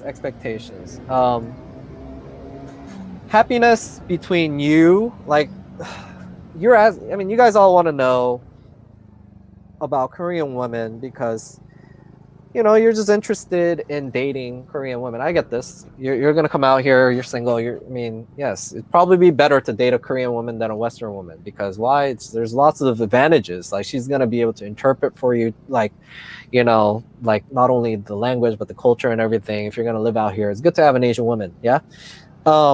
But you're concerned, and rightfully so, as you would be concerned with any woman you date, even in your home country, especially one in a culture that you're not familiar with. And what I can tell you is that Korean women are no worse or better, you know, as dating marriage material than any other woman in this world. They're just unique. Like every woman, you know, you're just gonna have to date them and figure it out. But there are some very cultural specific things that may impact your dating and marriage life, as I discussed right now. But ultimately, if I had to summarize, your marriage life, your happiness with a woman, is all dependent on both of your expectations. And this is far more important in Korea than anywhere else, I think, because Korean women are hard working in general. Society is hard working in general. And they will stop at nothing to meet their expectation. Right? So, and the other thing is marriage law. In Korea, I didn't realize this until recently. When you marry a Korean woman, unlike in America, you can't just divorce unilaterally. It's like legally you can't. Both sides have to agree to divorce. So let's say you want to divorce this woman, like she's horrible. You can't divorce her unless she signs off on it. You can't just like serve them divorce papers and say, hey, we're getting divorced. Like, yeah, in America to some degree, yeah, you have to sort of sign off. But like in Korea, it's worse. I mean, that's why you've had like reports of like abuse. Like you hear like Korean men abusing their wife, or vice versa, because Korean women abuse their Korean men too physically, but they can't divorce, kind of thing. Like, of course, like the laws have gotten a lot looser around this, but the only way you could force a divorce is you have to literally find a fault with the other person. Generally, it has to be like infidelity. So you have to like go record them having an affair with somebody, like by phone or what, like, because like just hearsay ain't gonna work here. You need evidence, and you got to go through a long legal process to get that divorce. So if you can't divorce and you're stuck with this person, and you have these expectations, and you're hardworking like a Korean that stops at nothing to accomplish their goals and achieve the life and happiness they want, but the other person's getting in the way, hell has no fury than a Korean woman that has expectations to be happy and you're not making her happy. You know what I'm saying? So that's why expectations are super duper important here. And there is not one single expectation that I can say a Korean woman will have. It depends on how old they are, like what kind of modeling they've had, the kinds of friends they have around them, their parents. So that's what it is, guys. Make sure you clearly understand their expectations. Now, some of the biases that you'll have is, if I have to sort of generalize, I sort of have to. I mean, it's just common sense. Korean girls that are looking to date and marry like a white person per se is gonna be a little bit more liberal thinking than a Korean girl that's only attracted to Asians, right? Like, think about it. If they're attracted to only Korean guys and they're only dating Korean guys, it's because they want a very Korean life. That's their expectation. Why would they be dating a white guy? So if unless you just sort of happen to meet by chance and sort of dispel her opinion about like white guys or something, but you sort of meet on Tinder where you're swiping and like you got matched with somebody. Oh, that's the end of the stream, by the way. I mean, not the stream, but that's the end of the video. But yeah, my drive through Yangpyeong. Hope you like that. But I lost my train of thought. But most dating situations, like your friend is introducing you to a Korean girl, which is like probably the best way that you can meet someone, or like the way that most Koreans meet, or you meet on a dating application site or whatever, where the girl basically knows who she's dating and you happen to be white, then you can expect that she is going to be a bit more liberal. She's looking to live an American life, you know? So that's what you got to take into consideration. The reason I don't like to personally date a Korean girl in America might be the same reason you should be wary about dating a Korean girl if you're white or if you're black or whatever. I'll let you read between the lines, but I think it might be a little different if you're black or if you're white. But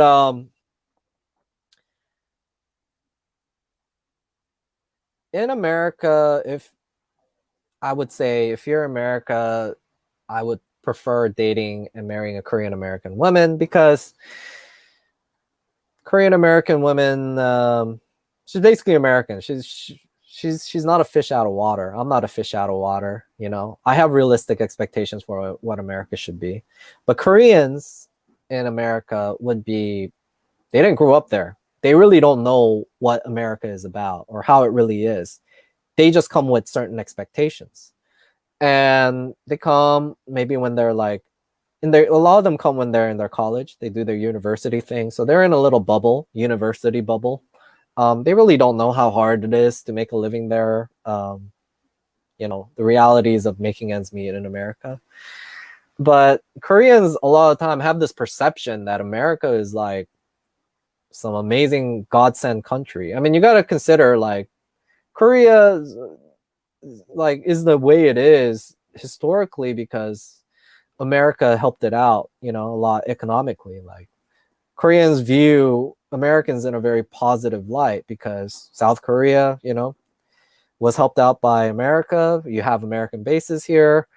All the cool things in Korea, all the cool cultural influences have come from the West, So their expectation of America is higher than most Asians, I think. So when they think about America, like Miami, LA, and all this, they think, oh, like these people are like rich, they're wealthy, they're living the life of luxury kind of thing.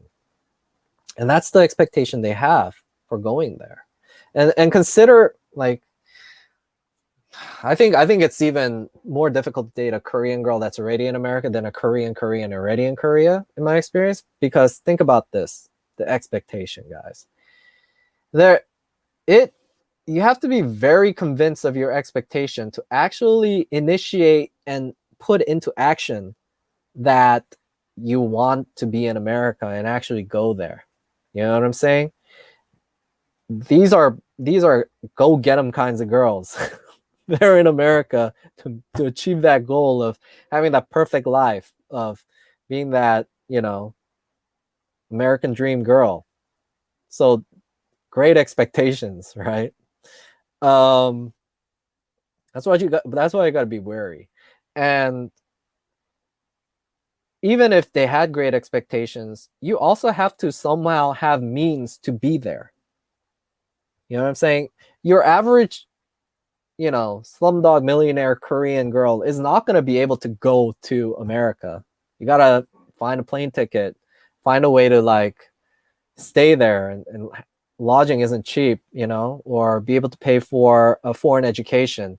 And like every Korean literally wants to study in America, but they can't afford to do so. Yeah. It's like not only do you have to afford it, but you have to work hard to learn English and like be fluent in it and pass the SATs and such, which requires even more money for all the like academies and stuff they have to go after. This is a lot of expectations and hard work for them to achieve that American dream. So they go there. Like their expectation of the American dream is much higher than your typical American. And they've put in far more work thinking that work would justify a certain amount of return, So it's really dangerous to date someone like that because if you do not deliver those expectations, it's hell, Like happiness, guys. This is a general philosophy of happiness that I have, that I believe. Happiness is a measure of a return on your expectations. Yeah. You could be the poorest person in the world, but if you think being rich is just having $3 a day, that day that you got $3, begging off the streets, you're gonna feel like you're the richest person in the world. You could be Bill Gates, but if his expectation is that, I'm not rich unless I double my portfolio and I'm richer than Mark Zuckerberg or whatever, whoever's richer than him, then he's not going to think he's that rich. You know what I'm saying? So happiness,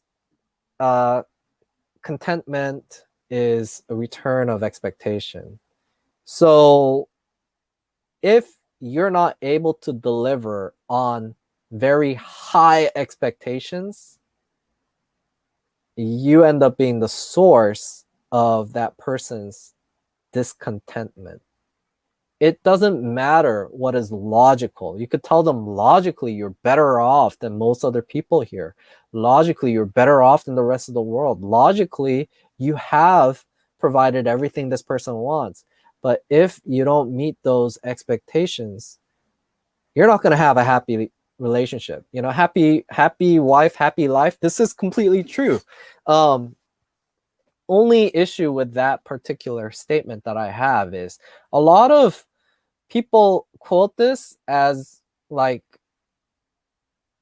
a way to tell men that you need to take responsibility for making a woman happy to have a happy life. So happy wife, happy life. So look, I'm doing everything my girl wants me to do so that she's happy. So I'll have a happy life. This is the way that you usually hear this phrase being said. Women will repeat it to you like, you better make me happy so that you also have a happy life. Well, happy wife, happy life, I believe in this term, but there is a caveat to that. And that is that a girl that will never be satisfied will never be happy. And there's nothing that you can do to make that person happy. You know what I'm saying? So yes, happy wife, happy life. Find a girl that is generally happy and content all the time to have a happy life. If you find a girl that's never satisfied, you have an issue. You know, like it doesn't matter what you do, you're not going to have a happy life. You know what I'm saying? That I think is a caveat to that saying. Let's see. I'm in California. It's about to be 1 8. Oh, really? I looked at the time and I thought I started my stream at 1:30 for California. Maybe they were quoting me Eastern Standard Time. Okay. There's no logic involved when arguing with a Thai woman. Zero. I don't know. Have I argued with Thai women? My advice is to not argue with Thai women. I don't think I've ever argued with a Thai woman. Yeah. Just like a tuk-tuk driver, the best way to approach disagreement is to walk away. And they'll come begging. And they'll come back begging. Okay, I'll take that price. 30 baht? Okay, I'll drive 30 baht. That's how I approach arguments with Thai women. The same way I approach arguments with a tuk-tuk driver. Walk away. Walk away. And if you've made a reasonable offer, they'll come begging back for you. You should have give out a 12-hour notice before going in line. Oh, sorry, buddy.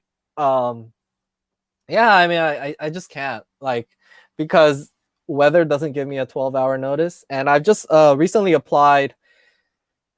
Anyways, I'm just sort of gonna wrap up my Korean woman. What did I title this? Korean woman. This wasn't a title that I came up with. Somebody said you should do this. Demystified. Korean woman demystified stream. This has been very highly requested.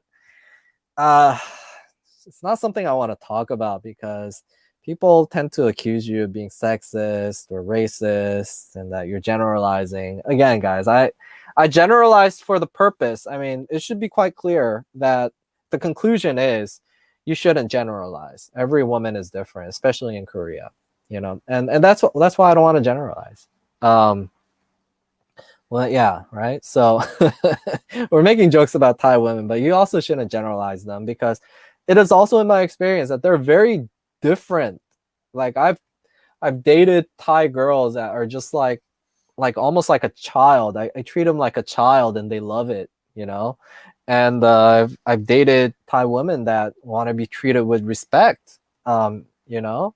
I've dated Thai women that want to act like children and always want to party and do drugs and stuff all the time. I've dated women that have absolutely zero interest in going to a club and they're sitting there trying to invest on different condos and whatever, and start businesses. So Thai women come in all shapes and sizes, etc. Um, if you have a tendency to come across the same kind of women, you need to, if anything, look at yourself. That's what I've realized. Um, I mean, Ethan is a man of many faces and talents, so I have the ability to sort of attract different demographics depending on what I sort of feel like. But I have to like accentuate different aspects of myself to attract those kinds of women, right? So sometimes like these conceptions that foreigners have of a woman of a certain ethnicity is as a result of the way they are. You know what I'm saying? Like, if I had to like generalize, like you guys can relate to Thailand. Like a lot of how do I say, Western guys that go to Thailand tend to assume that Thai women are illogical and like temperamental, etc. But I had a very interesting conversation with one of these people once, and I'm like, what colleges have the girls that you've dated come out of? Because this is a very typical stereotype. There's like different kinds of girls go to different colleges, and if I like, I've met a lot of Thai girls, but the ones I've dated, I would say 80% of them have graduated either Thammasat or Chula and gotten like their masters there too. So they're like the upper educated echelon of Thai women. 80%. And they're like, 80%? Are you kidding me? Like I haven't even like dated one. And this guy's dated far more girls than I have, Thai girls than I have. But you can assume why, because he generally meets girls at like these bars, these Western bars. He doesn't really present himself as a person that's going to be very family orientated or traditional. You know what I'm saying? Like, so you're never going to come across those kinds of girls who are more logical, you know. So it's like a bias. But I would say, yeah, unfortunately, a large majority of Western guys that go out to Thailand tend to meet these girls in bars and these kinds of different settings, and they don't really themselves dress very respectably. Like they walk around in tank tops and flip flops and stuff. And what respectable Thai woman is gonna ever be interested in a guy like that?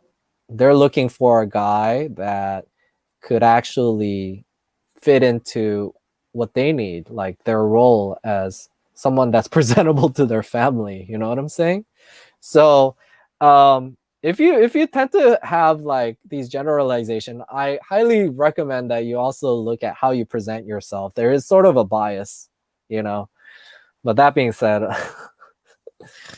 I can relate to a lot of these statements about Thai women there. I'm a non-white Latino.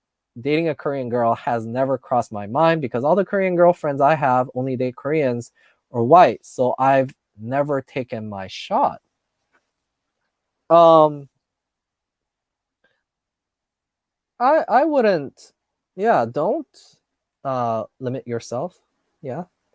But I think the tendency for Korean women to date a lot of whites and Koreans is Koreans, especially in America, are very conservative. Like there's a higher ratio of Christians. Like I think it's like 80% of Koreans in America are church going or something. Like that should tell you how conservative the Korean society is, you know? In America, they're far more conservative than in Korea. So they tend to date very seriously. Like they're dating because they want to get married to you.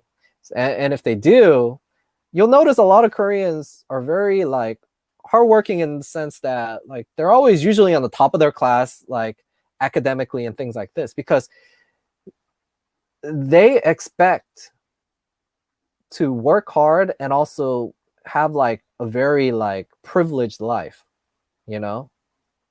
That's their expectation. And traditionally, it's obviously like other Korean men are doing the same at the same rate. You'll see like a lot of Koreans, like this applies to generally a lot of Asians, like they have high expectations for that privileged life to be providing us stuff. This is very important to them, so then they're like that. Also, like, we all say white privilege, so white men are privileged and they have that privileged life, so they would also date somebody who's better off than maybe even another Korean guy. But now all of this isn't really there anymore. Like even during my parents' age, like Latinos and other Koreans, like my parents, and like all immigrants, we were just sort of we're toughing it out, right? Our parents, because we all came with sort of nothing. But now in America, we have like a diverse cultures, like all the Filipinos and Koreans that were doing laundromats and such. Like now at the second generation, we're all doctors and nurses and stuff like this. So I think a lot of this has been dispelled. But so if you're sort of like, you present yourself as like that kind of provider that Korean women generally look for, I think it'll be fine. But I'm not sure if you want to date a Korean girl, like Latinas, man. I like Latinas. Once you go Latina, you can't go back. Why do you need to date a Korean girl? But I mean, if there is a Korean girl that really you like and you're compatible, there should be nothing that's stopping you. And it's not to say all Korean girls are trying to look for like that privileged life, getting like a doctor or being a doctor and marrying another doctor or a lawyer kind of thing. Not all of them are like that. So, I've personally seen Korean girls date Latinos, but it is sort of true. More so than other ethnicities, I do see that Koreans tend to date amongst themselves because they want to they're very family orientated, and unless you can speak Korean, because their parents only speak Korean, it's going to be really hard for them to have their husbands involved in their lives. You know what I'm saying? Like, so I think this is going to be a bit different further down. Like, the Chinese have been in America for far longer. So, when I see my friends, like Chinese friends' parents, they all speak generally fluent English. Same with Japanese, the Japanese American community. But when you look at the Korean American community, because they're relatively a new immigrant, most Korean Americans, their parents, even though they might be Korean American and completely Americanized, their parents speak really horrible like English. You know what I'm saying? So marrying someone that can't even communicate with their parents when their parents are such a big part of their lives, it goes against filial piety. It's like the Confucius thing. Like, it seems very disrespectful to their parents, when we all know just how hard these parents worked to try to provide a good life for their children.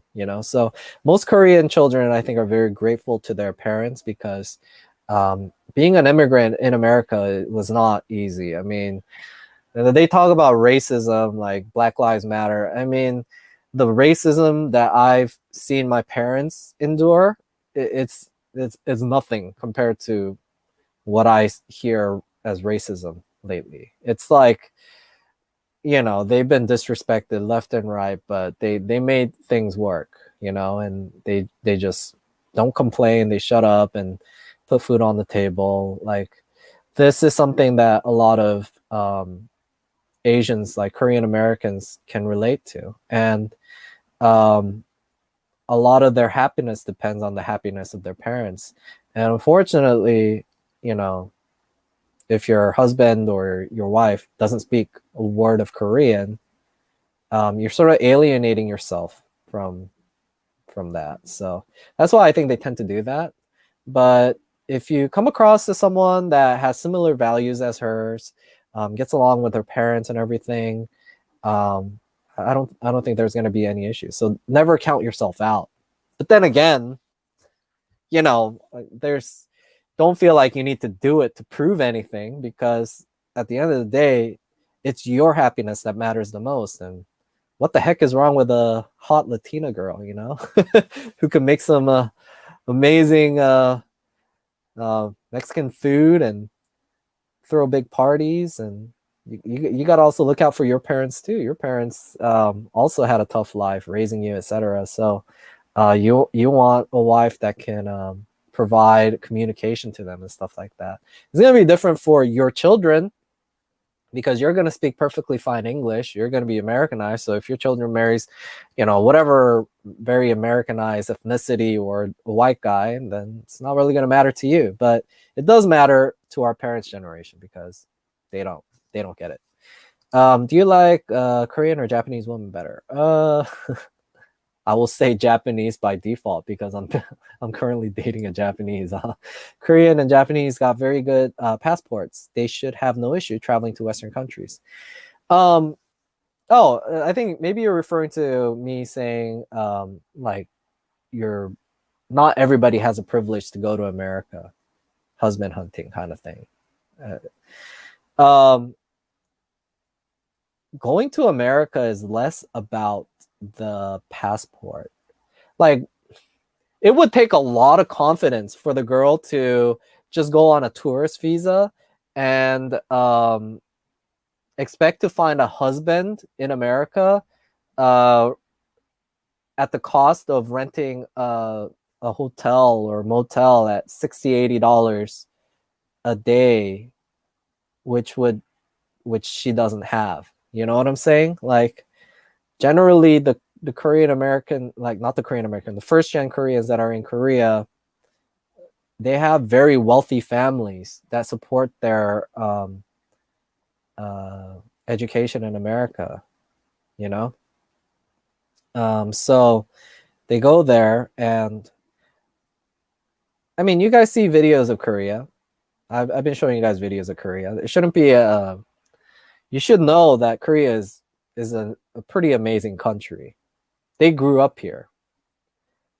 Just look at how clean everything is, how modern everything is, just how well off the people are, how good the medical services are. And they expect things to be much, much, much better in America, because they have this fantasy about America and they go there.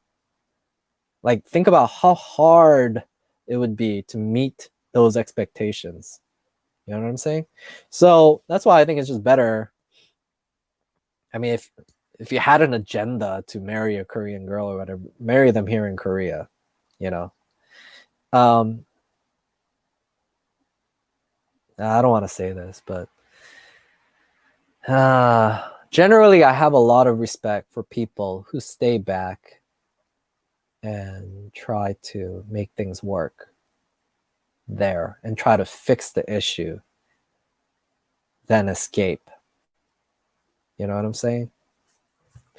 All right. Happy wife, happy life is nonsense. I agree, Ethan. Okay, yeah. Okay, so we're there. I said that.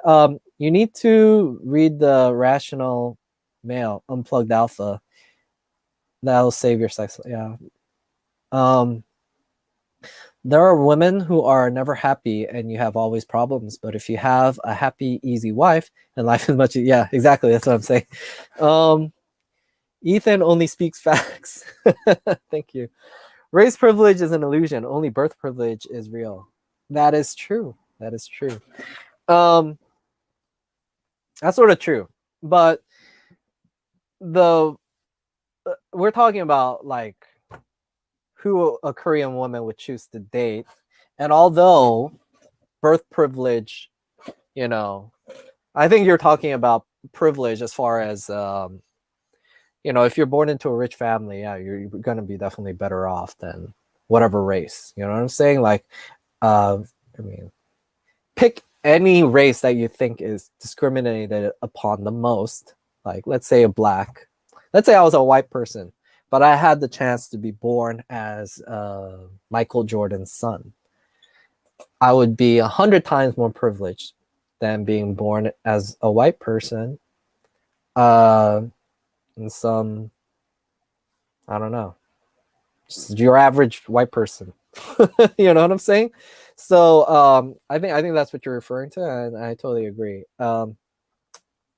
But unfortunately, it's like in America we don't really go around advertising how much money we have or whatever. So when it comes to girls dating, you see a lot of Korean girls dating white guys or other Korean guys because that's their expectation. A large majority of white guys tend to be privileged back in the days, or that's the movies they see or the TV shows they see in Korea and think that's what I want.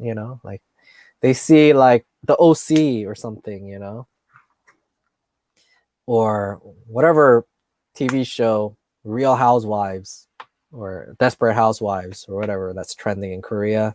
And they're like, I want to drive like a fancy car like that and act all cool. And they come to America, and a large majority of the people that are being portrayed on there as being wealthy and well off are white people. And especially when all over the news, they're talking about white privilege and how black people are raced against, regardless of whether that's reality or not. A Korean woman is, well, ironically, is going to choose the privileged guy.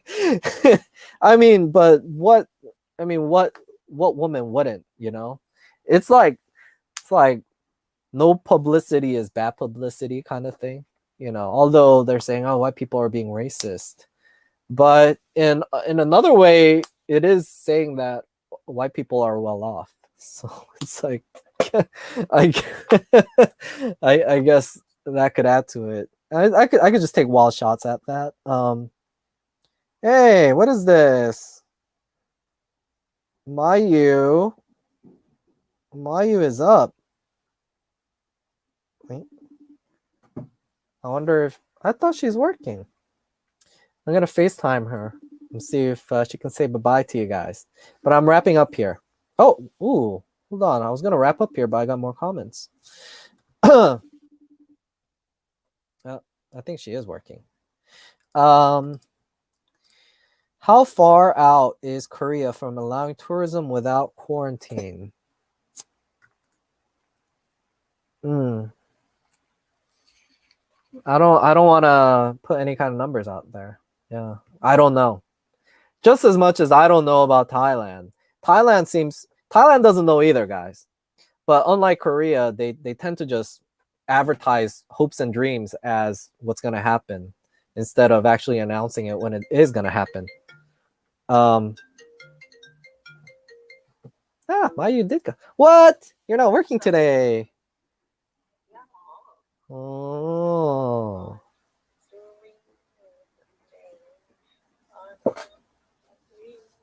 What? Hold on. Let me invite you then. I should invite you to the stream, and then we can say bye-bye. And you can answer all the questions about how Japanese women are different.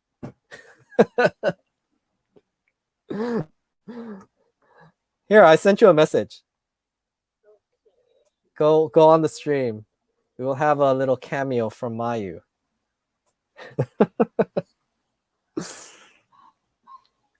Mayu's cameo. I forgot.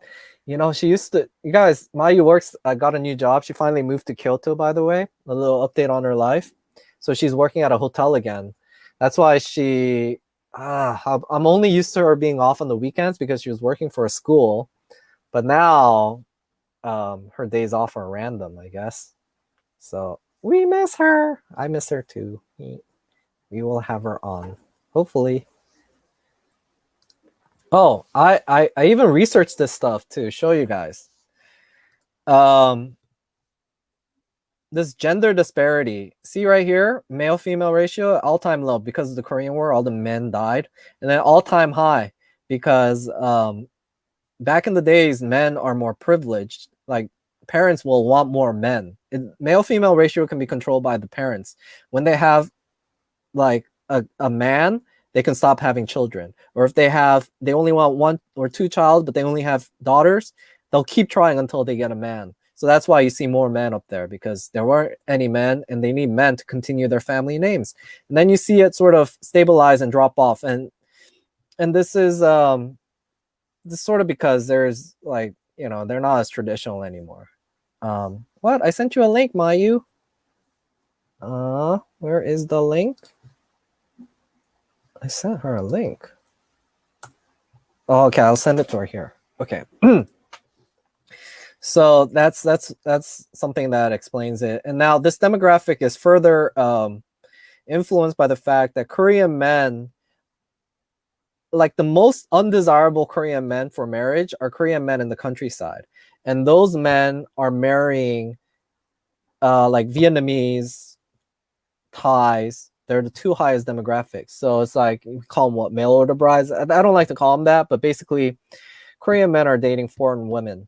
So think about it. The actual available ratio of available men to females is significantly better, you know? So that's why it's not really hard to find a Korean woman that wants to date. They're out there. It's just that they have high expectations, you know? So it's really hard to please them sometimes compared to maybe a Thai. Not necessarily because they're any more materialistic or not, but you're in a more developed country where the average expectation obviously should be higher and the quality of living should be higher. Number of marriages in South Korea hits a record low, but you also see the divorce rates actually going down. Remember how I was saying the divorce rates were like at an all-time high, it just kept going up like since 2000. But actually, contrary to popular belief, divorce rates have been sort of going down in Korea, you know? But if you compare that to, this is the number of divorces, it's not divorce rate. The fact that marriage rates have declined, actually divorce rate has increased, you know? So that's how misleading that could be, because it barely went down. But the number of marriages is like at a significantly lower time. Oh, Mayu's here. Hello, Mayu. Hey everyone. Mayu in Kyoto. What did you when did you watch the live stream from? When? Yeah. An hour. An hour? An hour, I guess. I text you when I start watching your live stream. Oh yeah. Well, this this video that I was showing, how long was it? An hour? You've watched most of it then. So what do you think, Mayu? I wasn't really watching. I was listening because I was. Yeah, that's all you need to listen. Like, you know, I mean, this is scenery of me eating ice cream. You see, my clothes looks like your shirt now. Really Oh, what? matchy. Oh, it is. I didn't realize It's that. exactly the same. My goodness. Yeah. Well, any words to our viewers? Your face and your father's face on the right exactly. What? Oh my god. Yeah, it was interesting.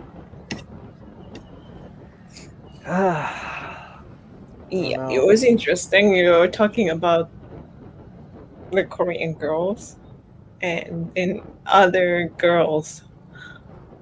You're from your experience. Did you learn anything new about Korean women? Nothing new. Nothing new. This is everything that you already knew. Yeah, I mean, this is everything what you always talk about. Oh, this is what I already talked about. Yeah. All right. Before you met me, before you met, so after you met me, did you learn anything about Korean women from what I talk about, or is this something you already knew? This is something like general idea of like Asian woman, I guess. Mm-hmm. So you think it's applicable to all Asian women? The like general, yeah. Yeah. Yep. Mm-hmm. Coming from a woman, guys. What else can you say about what I said? Is there anything you disagree with? Disagree.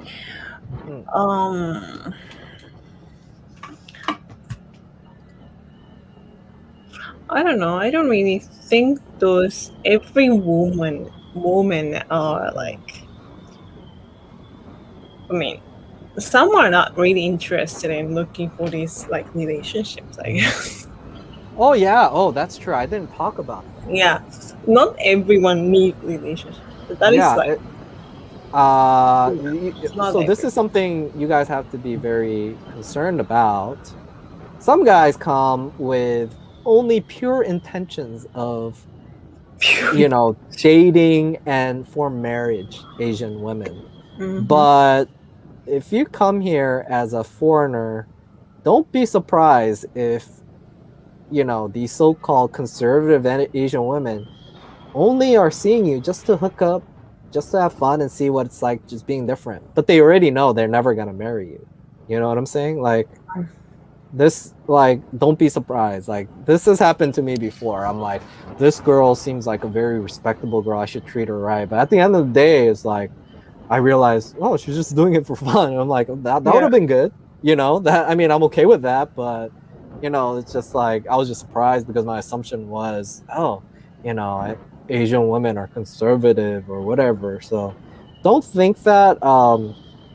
Actually, I've had more. That's why I'm saying, like, Asian girls aren't any more conservative than Americans. And I said in the beginning, I think American girls are sometimes more traditional in that sense. Like in my experience, limited as that might be, and as biased as it may be, because I'm not a local guy, I tend to meet more girls who are not so traditional in that sense and are just dating you just for fun. So yeah, that's good. That's a good point. That's a good point. Yeah. Mm-hmm. Because my new like working place, like Hmm. half of those managers Hmm. are single. I guess. Half of those managers. Yeah, What managers? yeah, ladies are single, and it seems okay. I mean, they don't really mind not being not married. Oh yeah. Yeah. Yeah. Right now in Korea, uh, more than half of women in their 40s are not married or living alone. So this is like what I say right now is also, like I'm telling you, very subject to change, and societal pressure is going to be very different. The pressure on women to marry in Korea, oh, it's unique in Korea because although culturally there is less pressure, as in, back in the days, a woman would have to marry to be a woman per se. Like you're not even considered a woman unless you marry. Like I've literally heard this from other girls, or like my mom makes me feel like I'm literally nothing and worthless unless I get married and have children. Like there's going to be less of that, but there is a lot of pressure from the government for Korean women to marry because literally Korea is looking at extinction because they're not marrying and having children. Mm. So I don't know what pressure is going to become more in that sense, but I think culturally there isn't as much pressure. I don't know. I think Japan pressures women to government pressure women to get married too, right?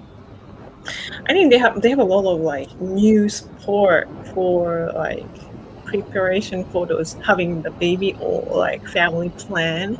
Oh They yeah, have a lot of like financial support and regulations as well.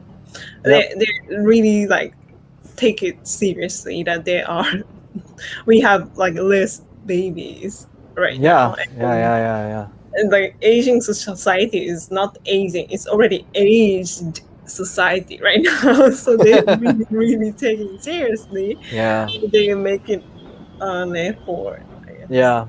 I think the difference a little bit, though, I do see that I think the Korean government, at least the current liberal one, is, although they're pushing and encouraging women to have children, Mm. they've they realize that this is never going to happen.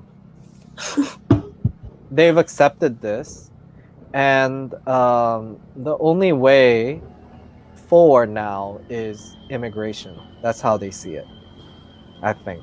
Oh yeah, Yeah. that is So in like Korea, I think this way. you're gonna have like every year there's more relaxed policies for immigration.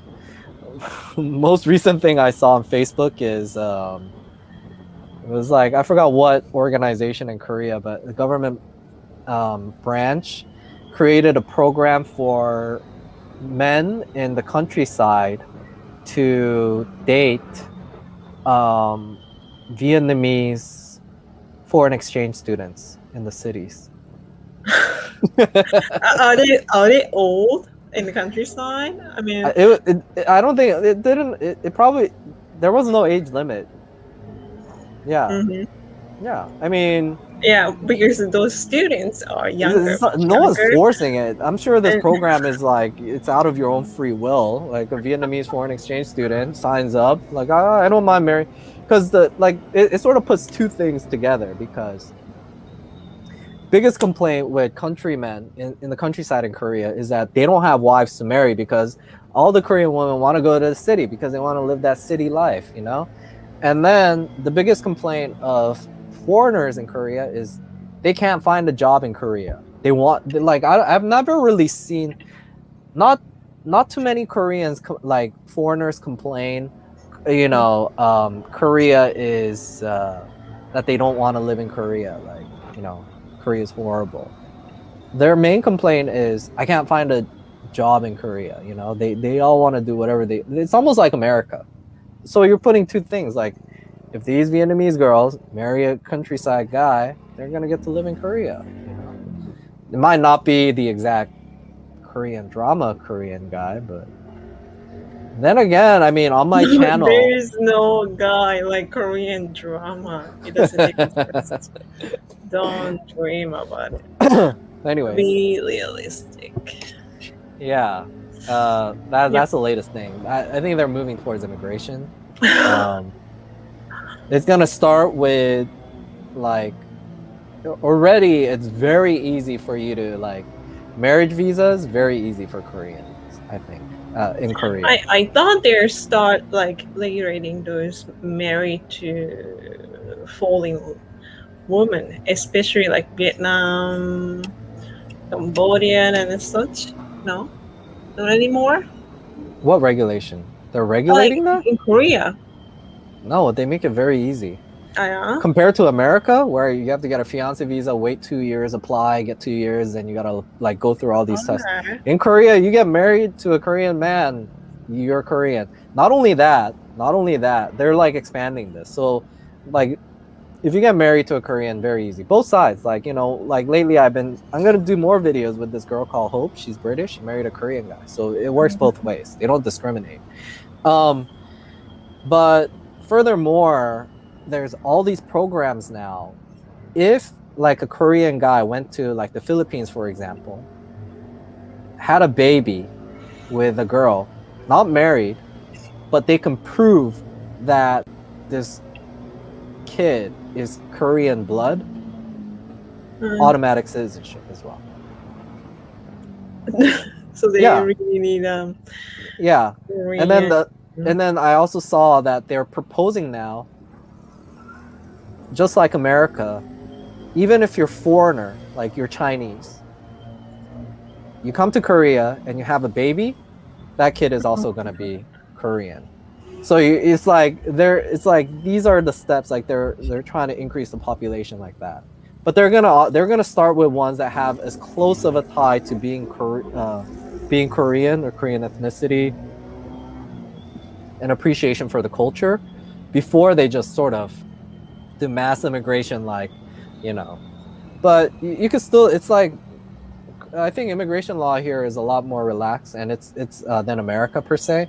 And it does everything that America does. Like you come here, you work 5 years with a company, you can apply for permanent residency. They have all the same kind of programs, and I only expect it to get easier because I think the government it's just given up. I mean, it's not giving up because they can't try any harder. It's just they realize Korean women, it's like men in Korea are never gonna meet their expectation.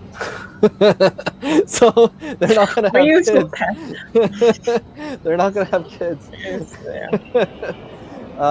But one of the main reasons Korean men are not meeting their expectation is historically Korean men are expected to own a home before they get married. You know, that's the biggest thing about providing for the wife. But Korean men can no longer afford to buy a house. So even more like, although having babies, population is an issue right now, their bigger issue right now is lowering housing prices. That's their main issue that I see on the news all the time, because that's all related. You make housing more affordable, then younger people are more likely to get married, see a future, you know, and then feel like they can afford to have children, etc. So they're focusing on that first, but I think they just realize that alone isn't going to solve the problem. They're going to just have to immigrate. Vietnamese foreign exchange students, it is. Why Vietnamese? Why not Thai? Why not Cambodians? I don't. Korea didn't choose. It just happens to be that Vietnamese are the largest immigrant demographic after Chinese, of course. Not because there's Chinese coming to Korea. Yeah. Koreans are Chinese. It's like ethnically, you know, northeastern part of China was part of Korea, you know, and there's a lot of Koreans still left there.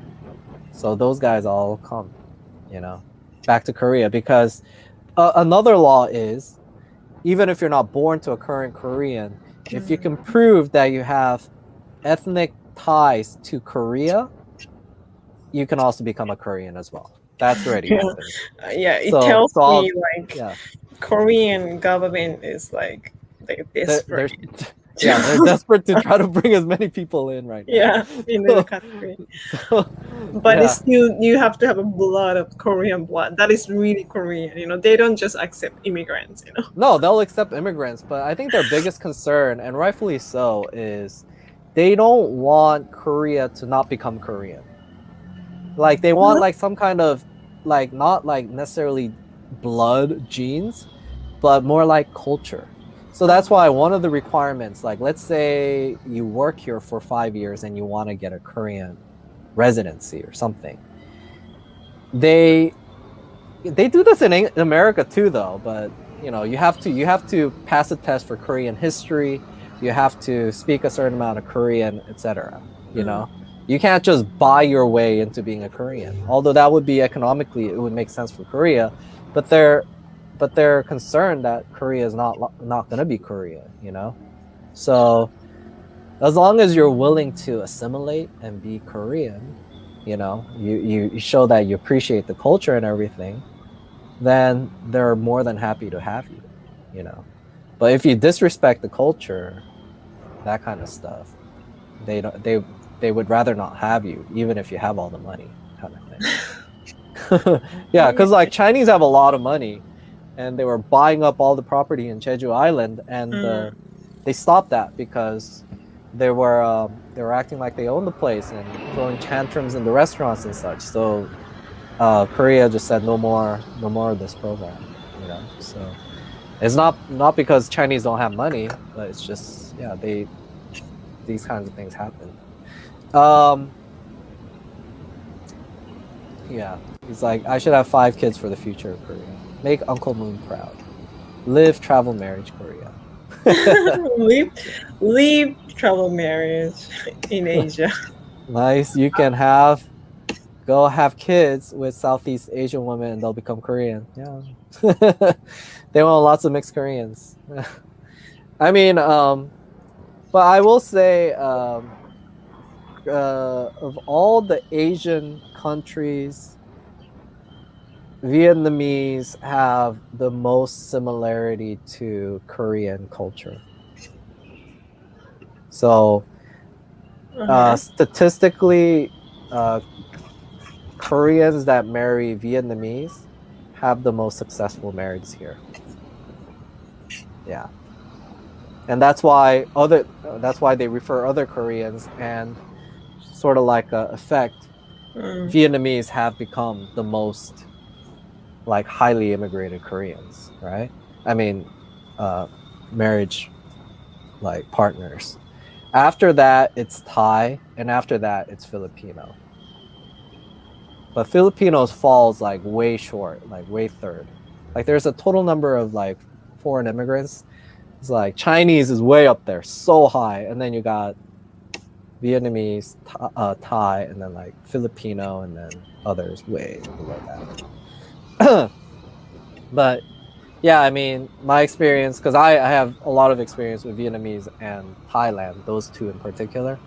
I could tell you, yeah, Vietnamese have the most similarity to Korean culture. Sounds like you should date a Vietnamese woman instead. I used to date a lot, actually. I dated more Vietnamese women than Korean women. Vietnamese Americans, actually. Hey, Ethan, do you still have your apartment in Bangkok? Yep, I do. I do, guys. No reason to sell it. Yep. What do you think, Maya? Do you think I should sell it? I'm just curious what is the condition right now of the condo? What do you mean? How could it be bad? Over a year, and then like I don't know what it looks like. Yeah. I think it'll look exactly the same. I mean, I have a lot of confidence with this because when I first went to Thailand, I stayed at my aunt's condo, which is the exact same floor plan, Lumpini Park, you know, exactly the same. Only difference is hers was on the 27th floor, you know, and ours is 23. But I don't think, you know, there's that much more humidity on the 23rd compared to 27th. Still had a condo in Bangkok. Yeah. What is the longest period she left it? She left it like that for almost 2 years. So it's about the same as us. And there couldn't be. I mean, it's way up there. That's one of the reasons I went out and spent so much money to get a high floor. This was critical. Was it really expensive if you tried to get the high floor? Oh yeah, I mean, I got it for I think I got 1.4 million, 1.5, no, 1.7 million baht, I think at that time. Okay, and then I could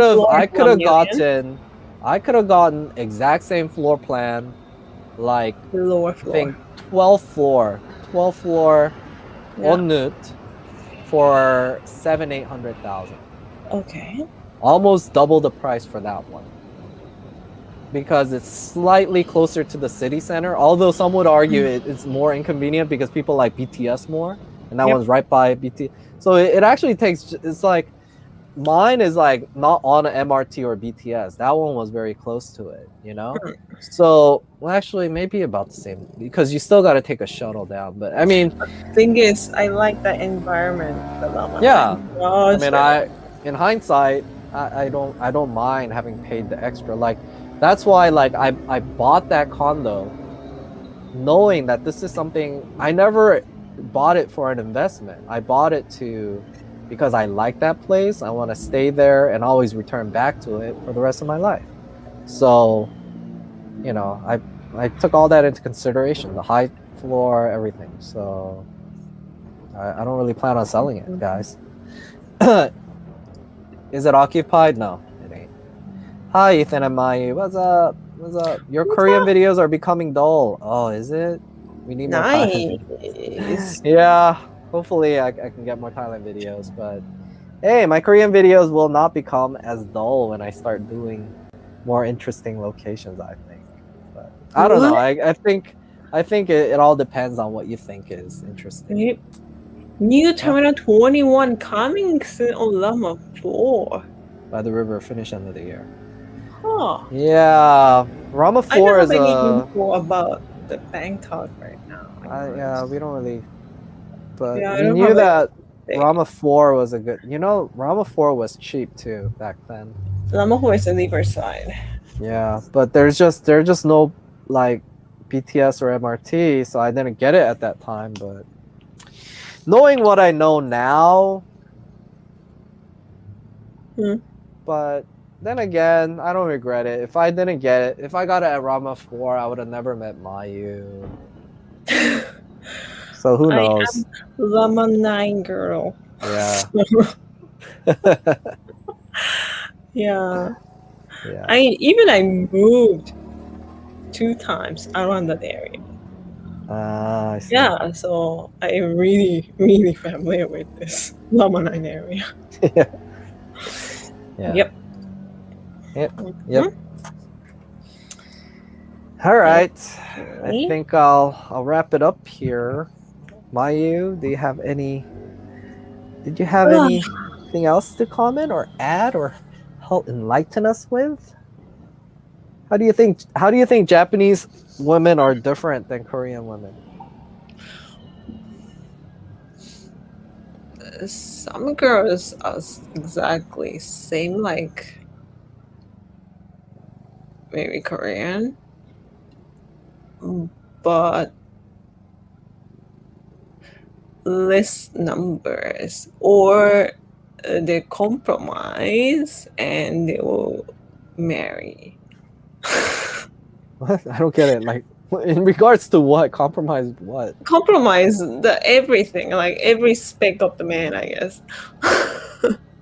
Every woman has to compromise with every speck of man. There is no woman that is gonna be exactly the same. Like, it's just how much are you willing to compromise? So are you saying like So Japanese women are willing to compromise more? Maybe. Yeah, I think so.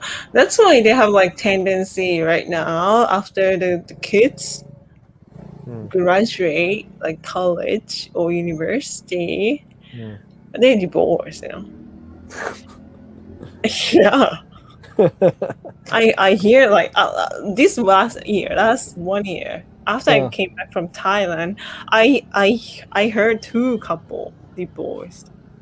Both of them my mother's friend. They just divorced, because their kids are grown up. I see. Yeah. So yeah, I've heard that. I've heard when a Japanese woman decides to divorce, it's like very ruthless. But I don't know. I don't know. It's like with Koreans, they don't like to divorce. Although the divorce rate seems high, it's like a big shame to divorce. And like that is still Korean culture. Yeah. Yes, we do have that kind of feeling, but we don't express that and we don't show. Yeah. And what they will do, Koreans, if it's already to a point where they have children that old, they will stay together just for the sake of the children. Yep. And they will not even sleep in the same room. So they're basically like roommates. They live their own life. But they stay together share for the room. I mean, they share the house. Yeah, because at the end of the day, it doesn't really matter. Like, how is it gonna be any better if they're divorced? Like, at least if you live together, you could share the cost of living together, make food together. Your children, when they visit you, they're gonna visit you like more often because you live together. They don't have to make 2 separate visits, and you don't have to like go advertise that you're a divorcee because that's very shameful, So they will just, unless it's like, and it does get to that point, like they said, when Koreans argue and they fight so big. When they divorce, it gets to a point where it's like they can't even live separately in the same house. Like that's how much of a difference it has to be for them to divorce. It has to be something serious, and actually something serious usually does happen. Like that's how much of a difference they got. So then they'll divorce, you know. I don't know, being a housewife in like 20 years when she's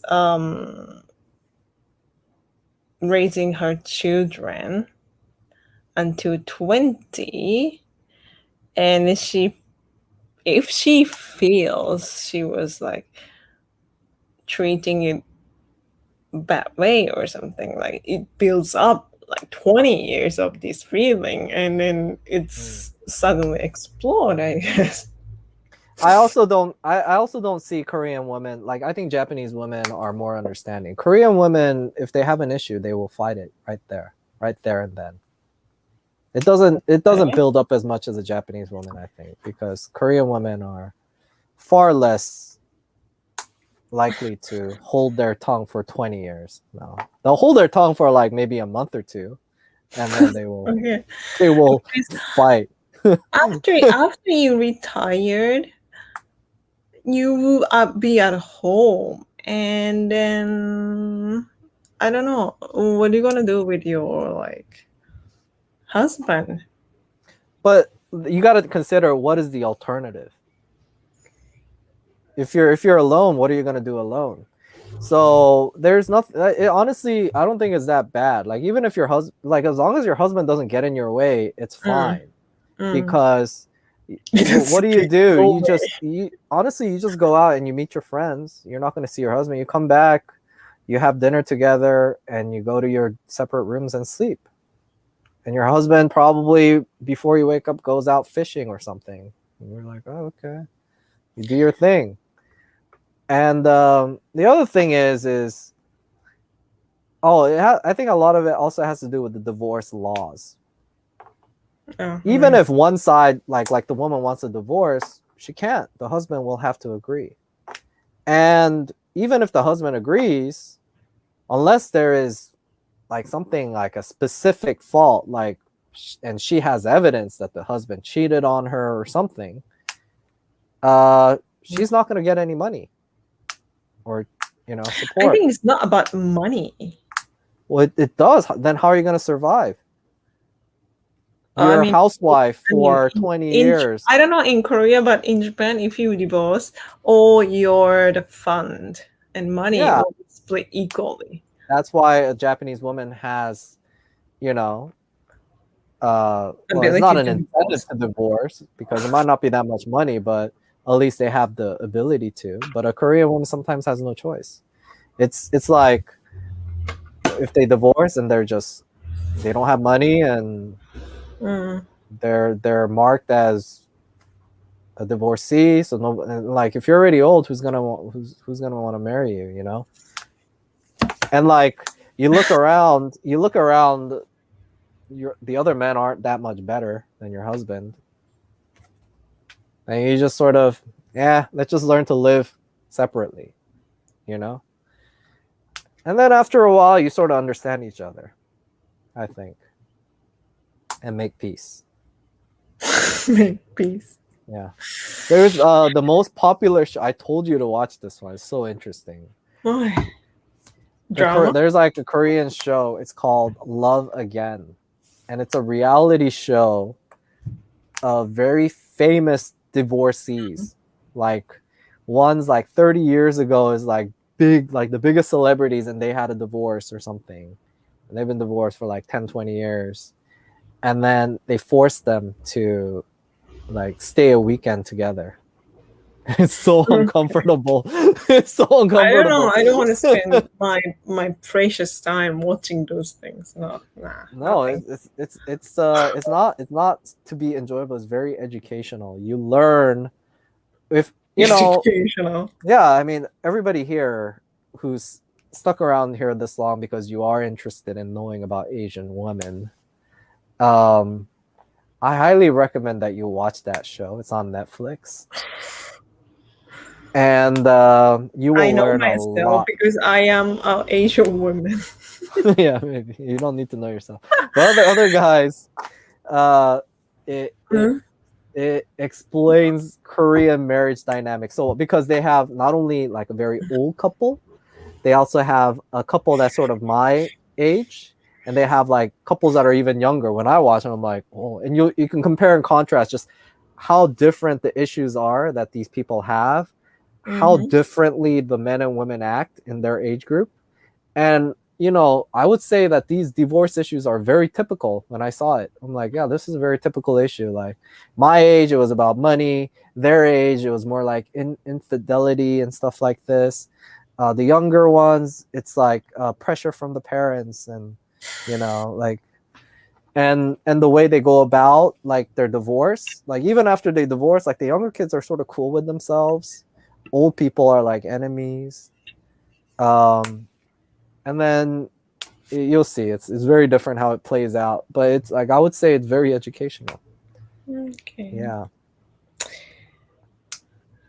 yeah.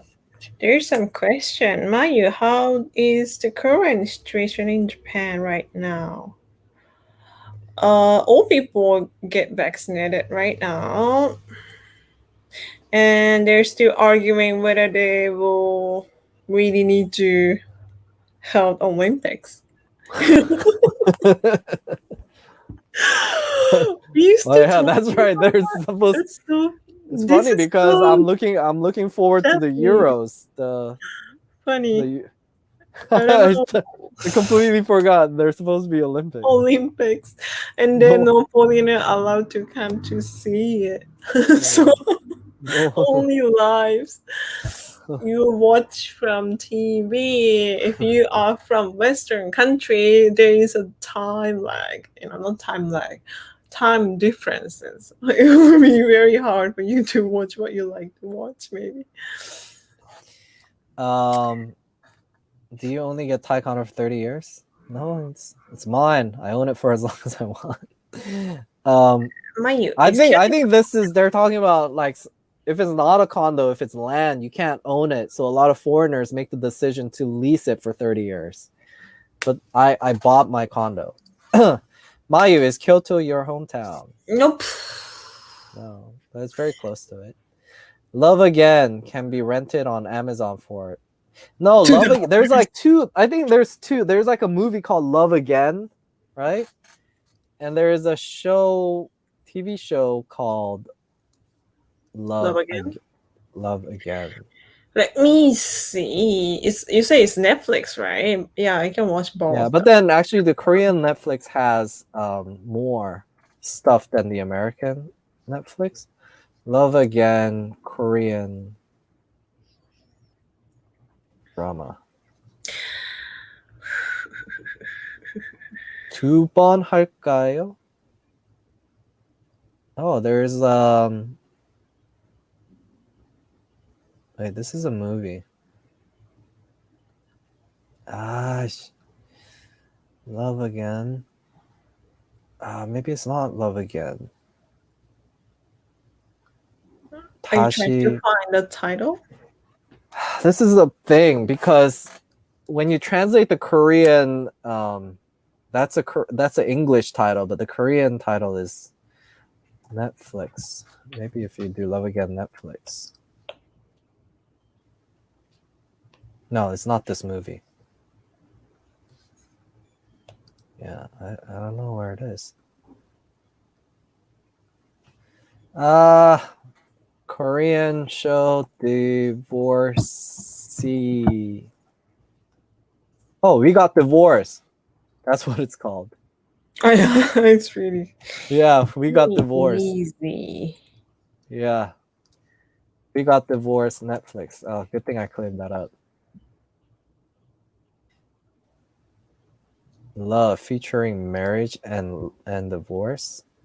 No, there's so many Korean like We Got Divorced Netflix series. Here, I'll show you.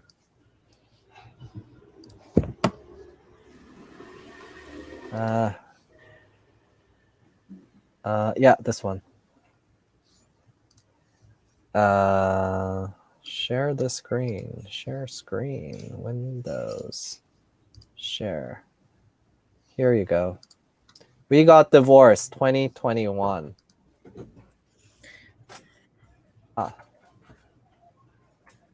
And we got divorced. My goodness. Thailand. Oh, this is TAT I mean, has there's different. You don't even need to have Netflix. I'm sure. Yeah, here they have different trailers and stuff. Babe, I just got an email that about the COVID. Thailand, TAT has confirmed that fully vaccinated travelers from low-risk countries will be permitted to fly direct to Phuket without having a quarantine from 1st July. Yeah, but then they changed it to 14 days. Incoming international tourists will be So allowed you're to quarantined in the island for 14 days. freely on the island and must stay for minimum 7 days before they will be permitted to travel some elsewhere in the country. Okay. Stay 7 nights in Phuket and back to Bangkok. No, they South, changed it to Kor- 14 days. South Korean who have received at least one COVID-19 shot will be able to go outdoors mask free.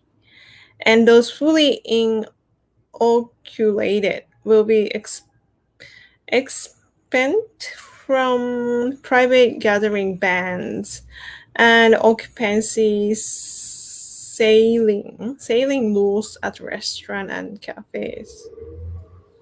Is So it true?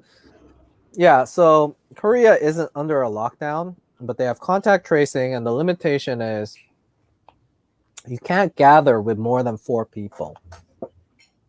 So like you gotta limit your parties to 4.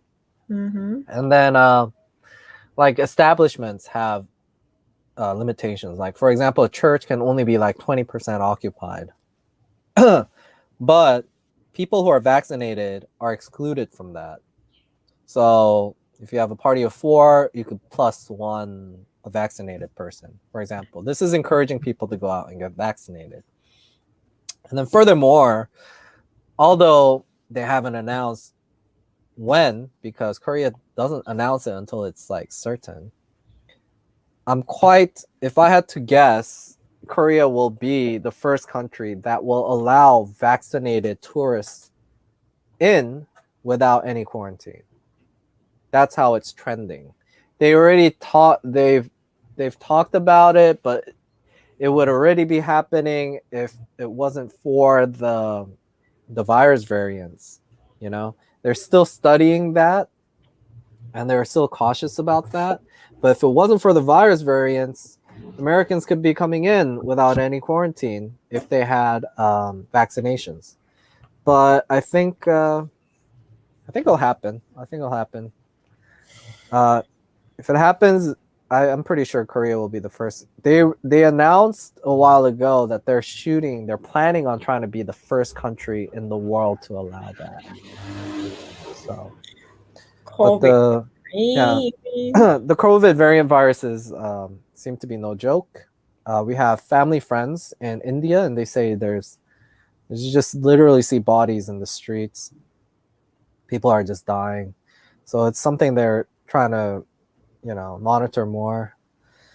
And also, I hear the latest news is like Thailand. Everyone is trying to go to Thailand, but everyone in Thailand, including the expats, are trying to get out. Yeah, so I don't really want to go there. Like it seems the virus is becoming more out of control. Thais are literally paying $6,000 per person so that they can fly to America to get vaccinated. There's tours now. Yep. Yeah, you pay $6,000, you go to America, you get vaccinated. That's how concerned they are. Thailand isn't a very fun place. I know somebody said I should go. My Korea vlogs are getting sort of dull because it's COVID. If I was vlogging in Thailand right now, I think it would be pretty dull, in my opinion. I mean, what am I gonna do? Walk around the empty streets? You know, in Korea, it's less empty, I think. But yeah, it's not a very fun time. I mean, literally all my friends who I think lucked out going there at the beginning of the COVID thing, because when you went in the beginning of the COVID thing with the tourist visas, they've just been doing this visa amnesty. They just extended it again until September. So since the beginning of COVID for like almost 2 years, you don't need to do visa runs. You don't need to do any of this. So they were there at a very great time when there's not a lot of tourists. Everything is sort of cheap because there's no competition, and you have no visa issues because they have visa amnesty. And I can understand why there's like a lot of YouTubers that just recently went there during that time are saying it's been great. But like since the last month, it's been switching. My friends are like, oh, it's getting bad here. I don't want to be here. They keep locking us down. And it's gone to a point where now literally all of them have either left or have scheduled and booked flights to leave because they're like, it's no fun in Thailand. So I'm not like in a hurry to go there right now. But I mean, I do have hopes that this Phuket experiment works out and I can go back there maybe end of this year, beginning of next year, hopefully. I don't know. When do you want to go, Mayu? Whenever I can go, you know. Why do you want to go? What do you want to do there? I feel a little bit tired. I just start working, but I feel tired. Ah, I miss Thailand though. What? I miss Thailand. Yeah, it's working in Japan. It's like okay, not that bad as I expected, but it's not fun as Thailand. You know, I just really working for like not say money, but I enjoy my work in Thailand. I mean, enjoying working in Thailand is probably a better environment, but there's no work in Thailand. That's the fact. That's Yeah, that is the problem. Even I go back to Thailand now. Well, this is what it is. I mean, I would love. Yeah, I mean, if I compare my life right now compared to how it was in Thailand before COVID, I would like to. Yeah, but Mhm. I'm just accepting the reality that it isn't. And I don't know when it will go back to the way it is. I mean, everyone is just assuming and hoping it will, but I'm a bit more pragmatic. It isn't, and it won't be for a while. So we can only just make our decisions based on what it is right now and Mhm. how it will be. And Yep. right now, I'm certain I want to be here until at least November. Okay. It's just the healthcare here is just. I knew the healthcare was good here in Korea, but lately I just went like I had an issue with a rash, and I told Maya this. And I'm as an American, I'm afraid to go to a hospital because every time I go to a hospital, even my copay, I'm lucky if I pay $50 for it. I went to a hospital, and here you can self-refer yourself to a specialist. So I don't need to go to a PCP to get referred to a dermatologist. I just went straight to a dermatologist of my choice, and I just showed them my national ID, checked in. There's not many forms to fill. I just put my address and my name, and in like a minute they had me in queue, and then I saw the doctor in 5 minutes. Got to talk to the doctor for a good length of time, and I pay 4,000 won, which is like $3.50 for that. To see a doctor. I was like, what the hell? And then he says he recommended some pills, and it's like a lot of pills, like different, like a mixture of different pills. and a cream just in case it itches more. So I go downstairs at the pharmacy. No wait, I just show them the paper and I pay 6,001, which is like $5. Total $9 in and out in less than 30 minutes, like less than 20 minutes. And he's like, come back if you have more issues. But I'm already all better now. And you know what I like about the pills here? In America, whenever I get pills, I get all these leftovers because you got to buy them in little packets, like bottles. Here, what they did was they go like morning, evening in little this paper packets, and they put the pill cocktail, like 3 pills in the morning, 4 in the evening, like this. Boom, boom, boom, boom, boom. Exactly the amount I need. So I'm not overpaying for all this extra pills that I'll never use, you know? And then what's it called? It's not like coming in a bottle. Like in America, if it was like they'll give you 3 different bottles and say you need to take one of this in the morning and this and like I don't know. Here they have it all lined up. It's so easy. And then like the way that they have it in the packet, they're like, with this you could have these allergic reactions. Like it's so easy to read and everything. And it's like, wow, this is how they should do it. And then the pharmacist consulted with me, and she was like very like clear, like explained everything, answered my questions. That was all just 6,001. So for 9,001, I got like if ever I have any kind of issue, I'll just go to the doctor now. You know what I'm saying? Like it's so cheap. So knowing this, like lately, I saw this video, like somebody's like sent me a link. It's like, what is it? The reality of being an expat in Thailand or something. And he thought it was a very good video. So I read it and I'm like, oh, it's pretty good. It like gives information on costs he's paying and blah, blah, blah. But first of all, it's not applicable because it's during COVID time, and the islands, there's not enough tourists, so that like the prices are low. Because I know that island that he's talking about, and I know I paid more than 200 fucking baht for that on the click he's talking about, I know like all the prices there. And I'm like, okay, I can tell, first of all, the prices are low right now because there's no tourists. And then number 2, ooh, Maya, you disappeared. I'm not disappearing because you keep talking. It's just like I need. Oh, you want to disappear?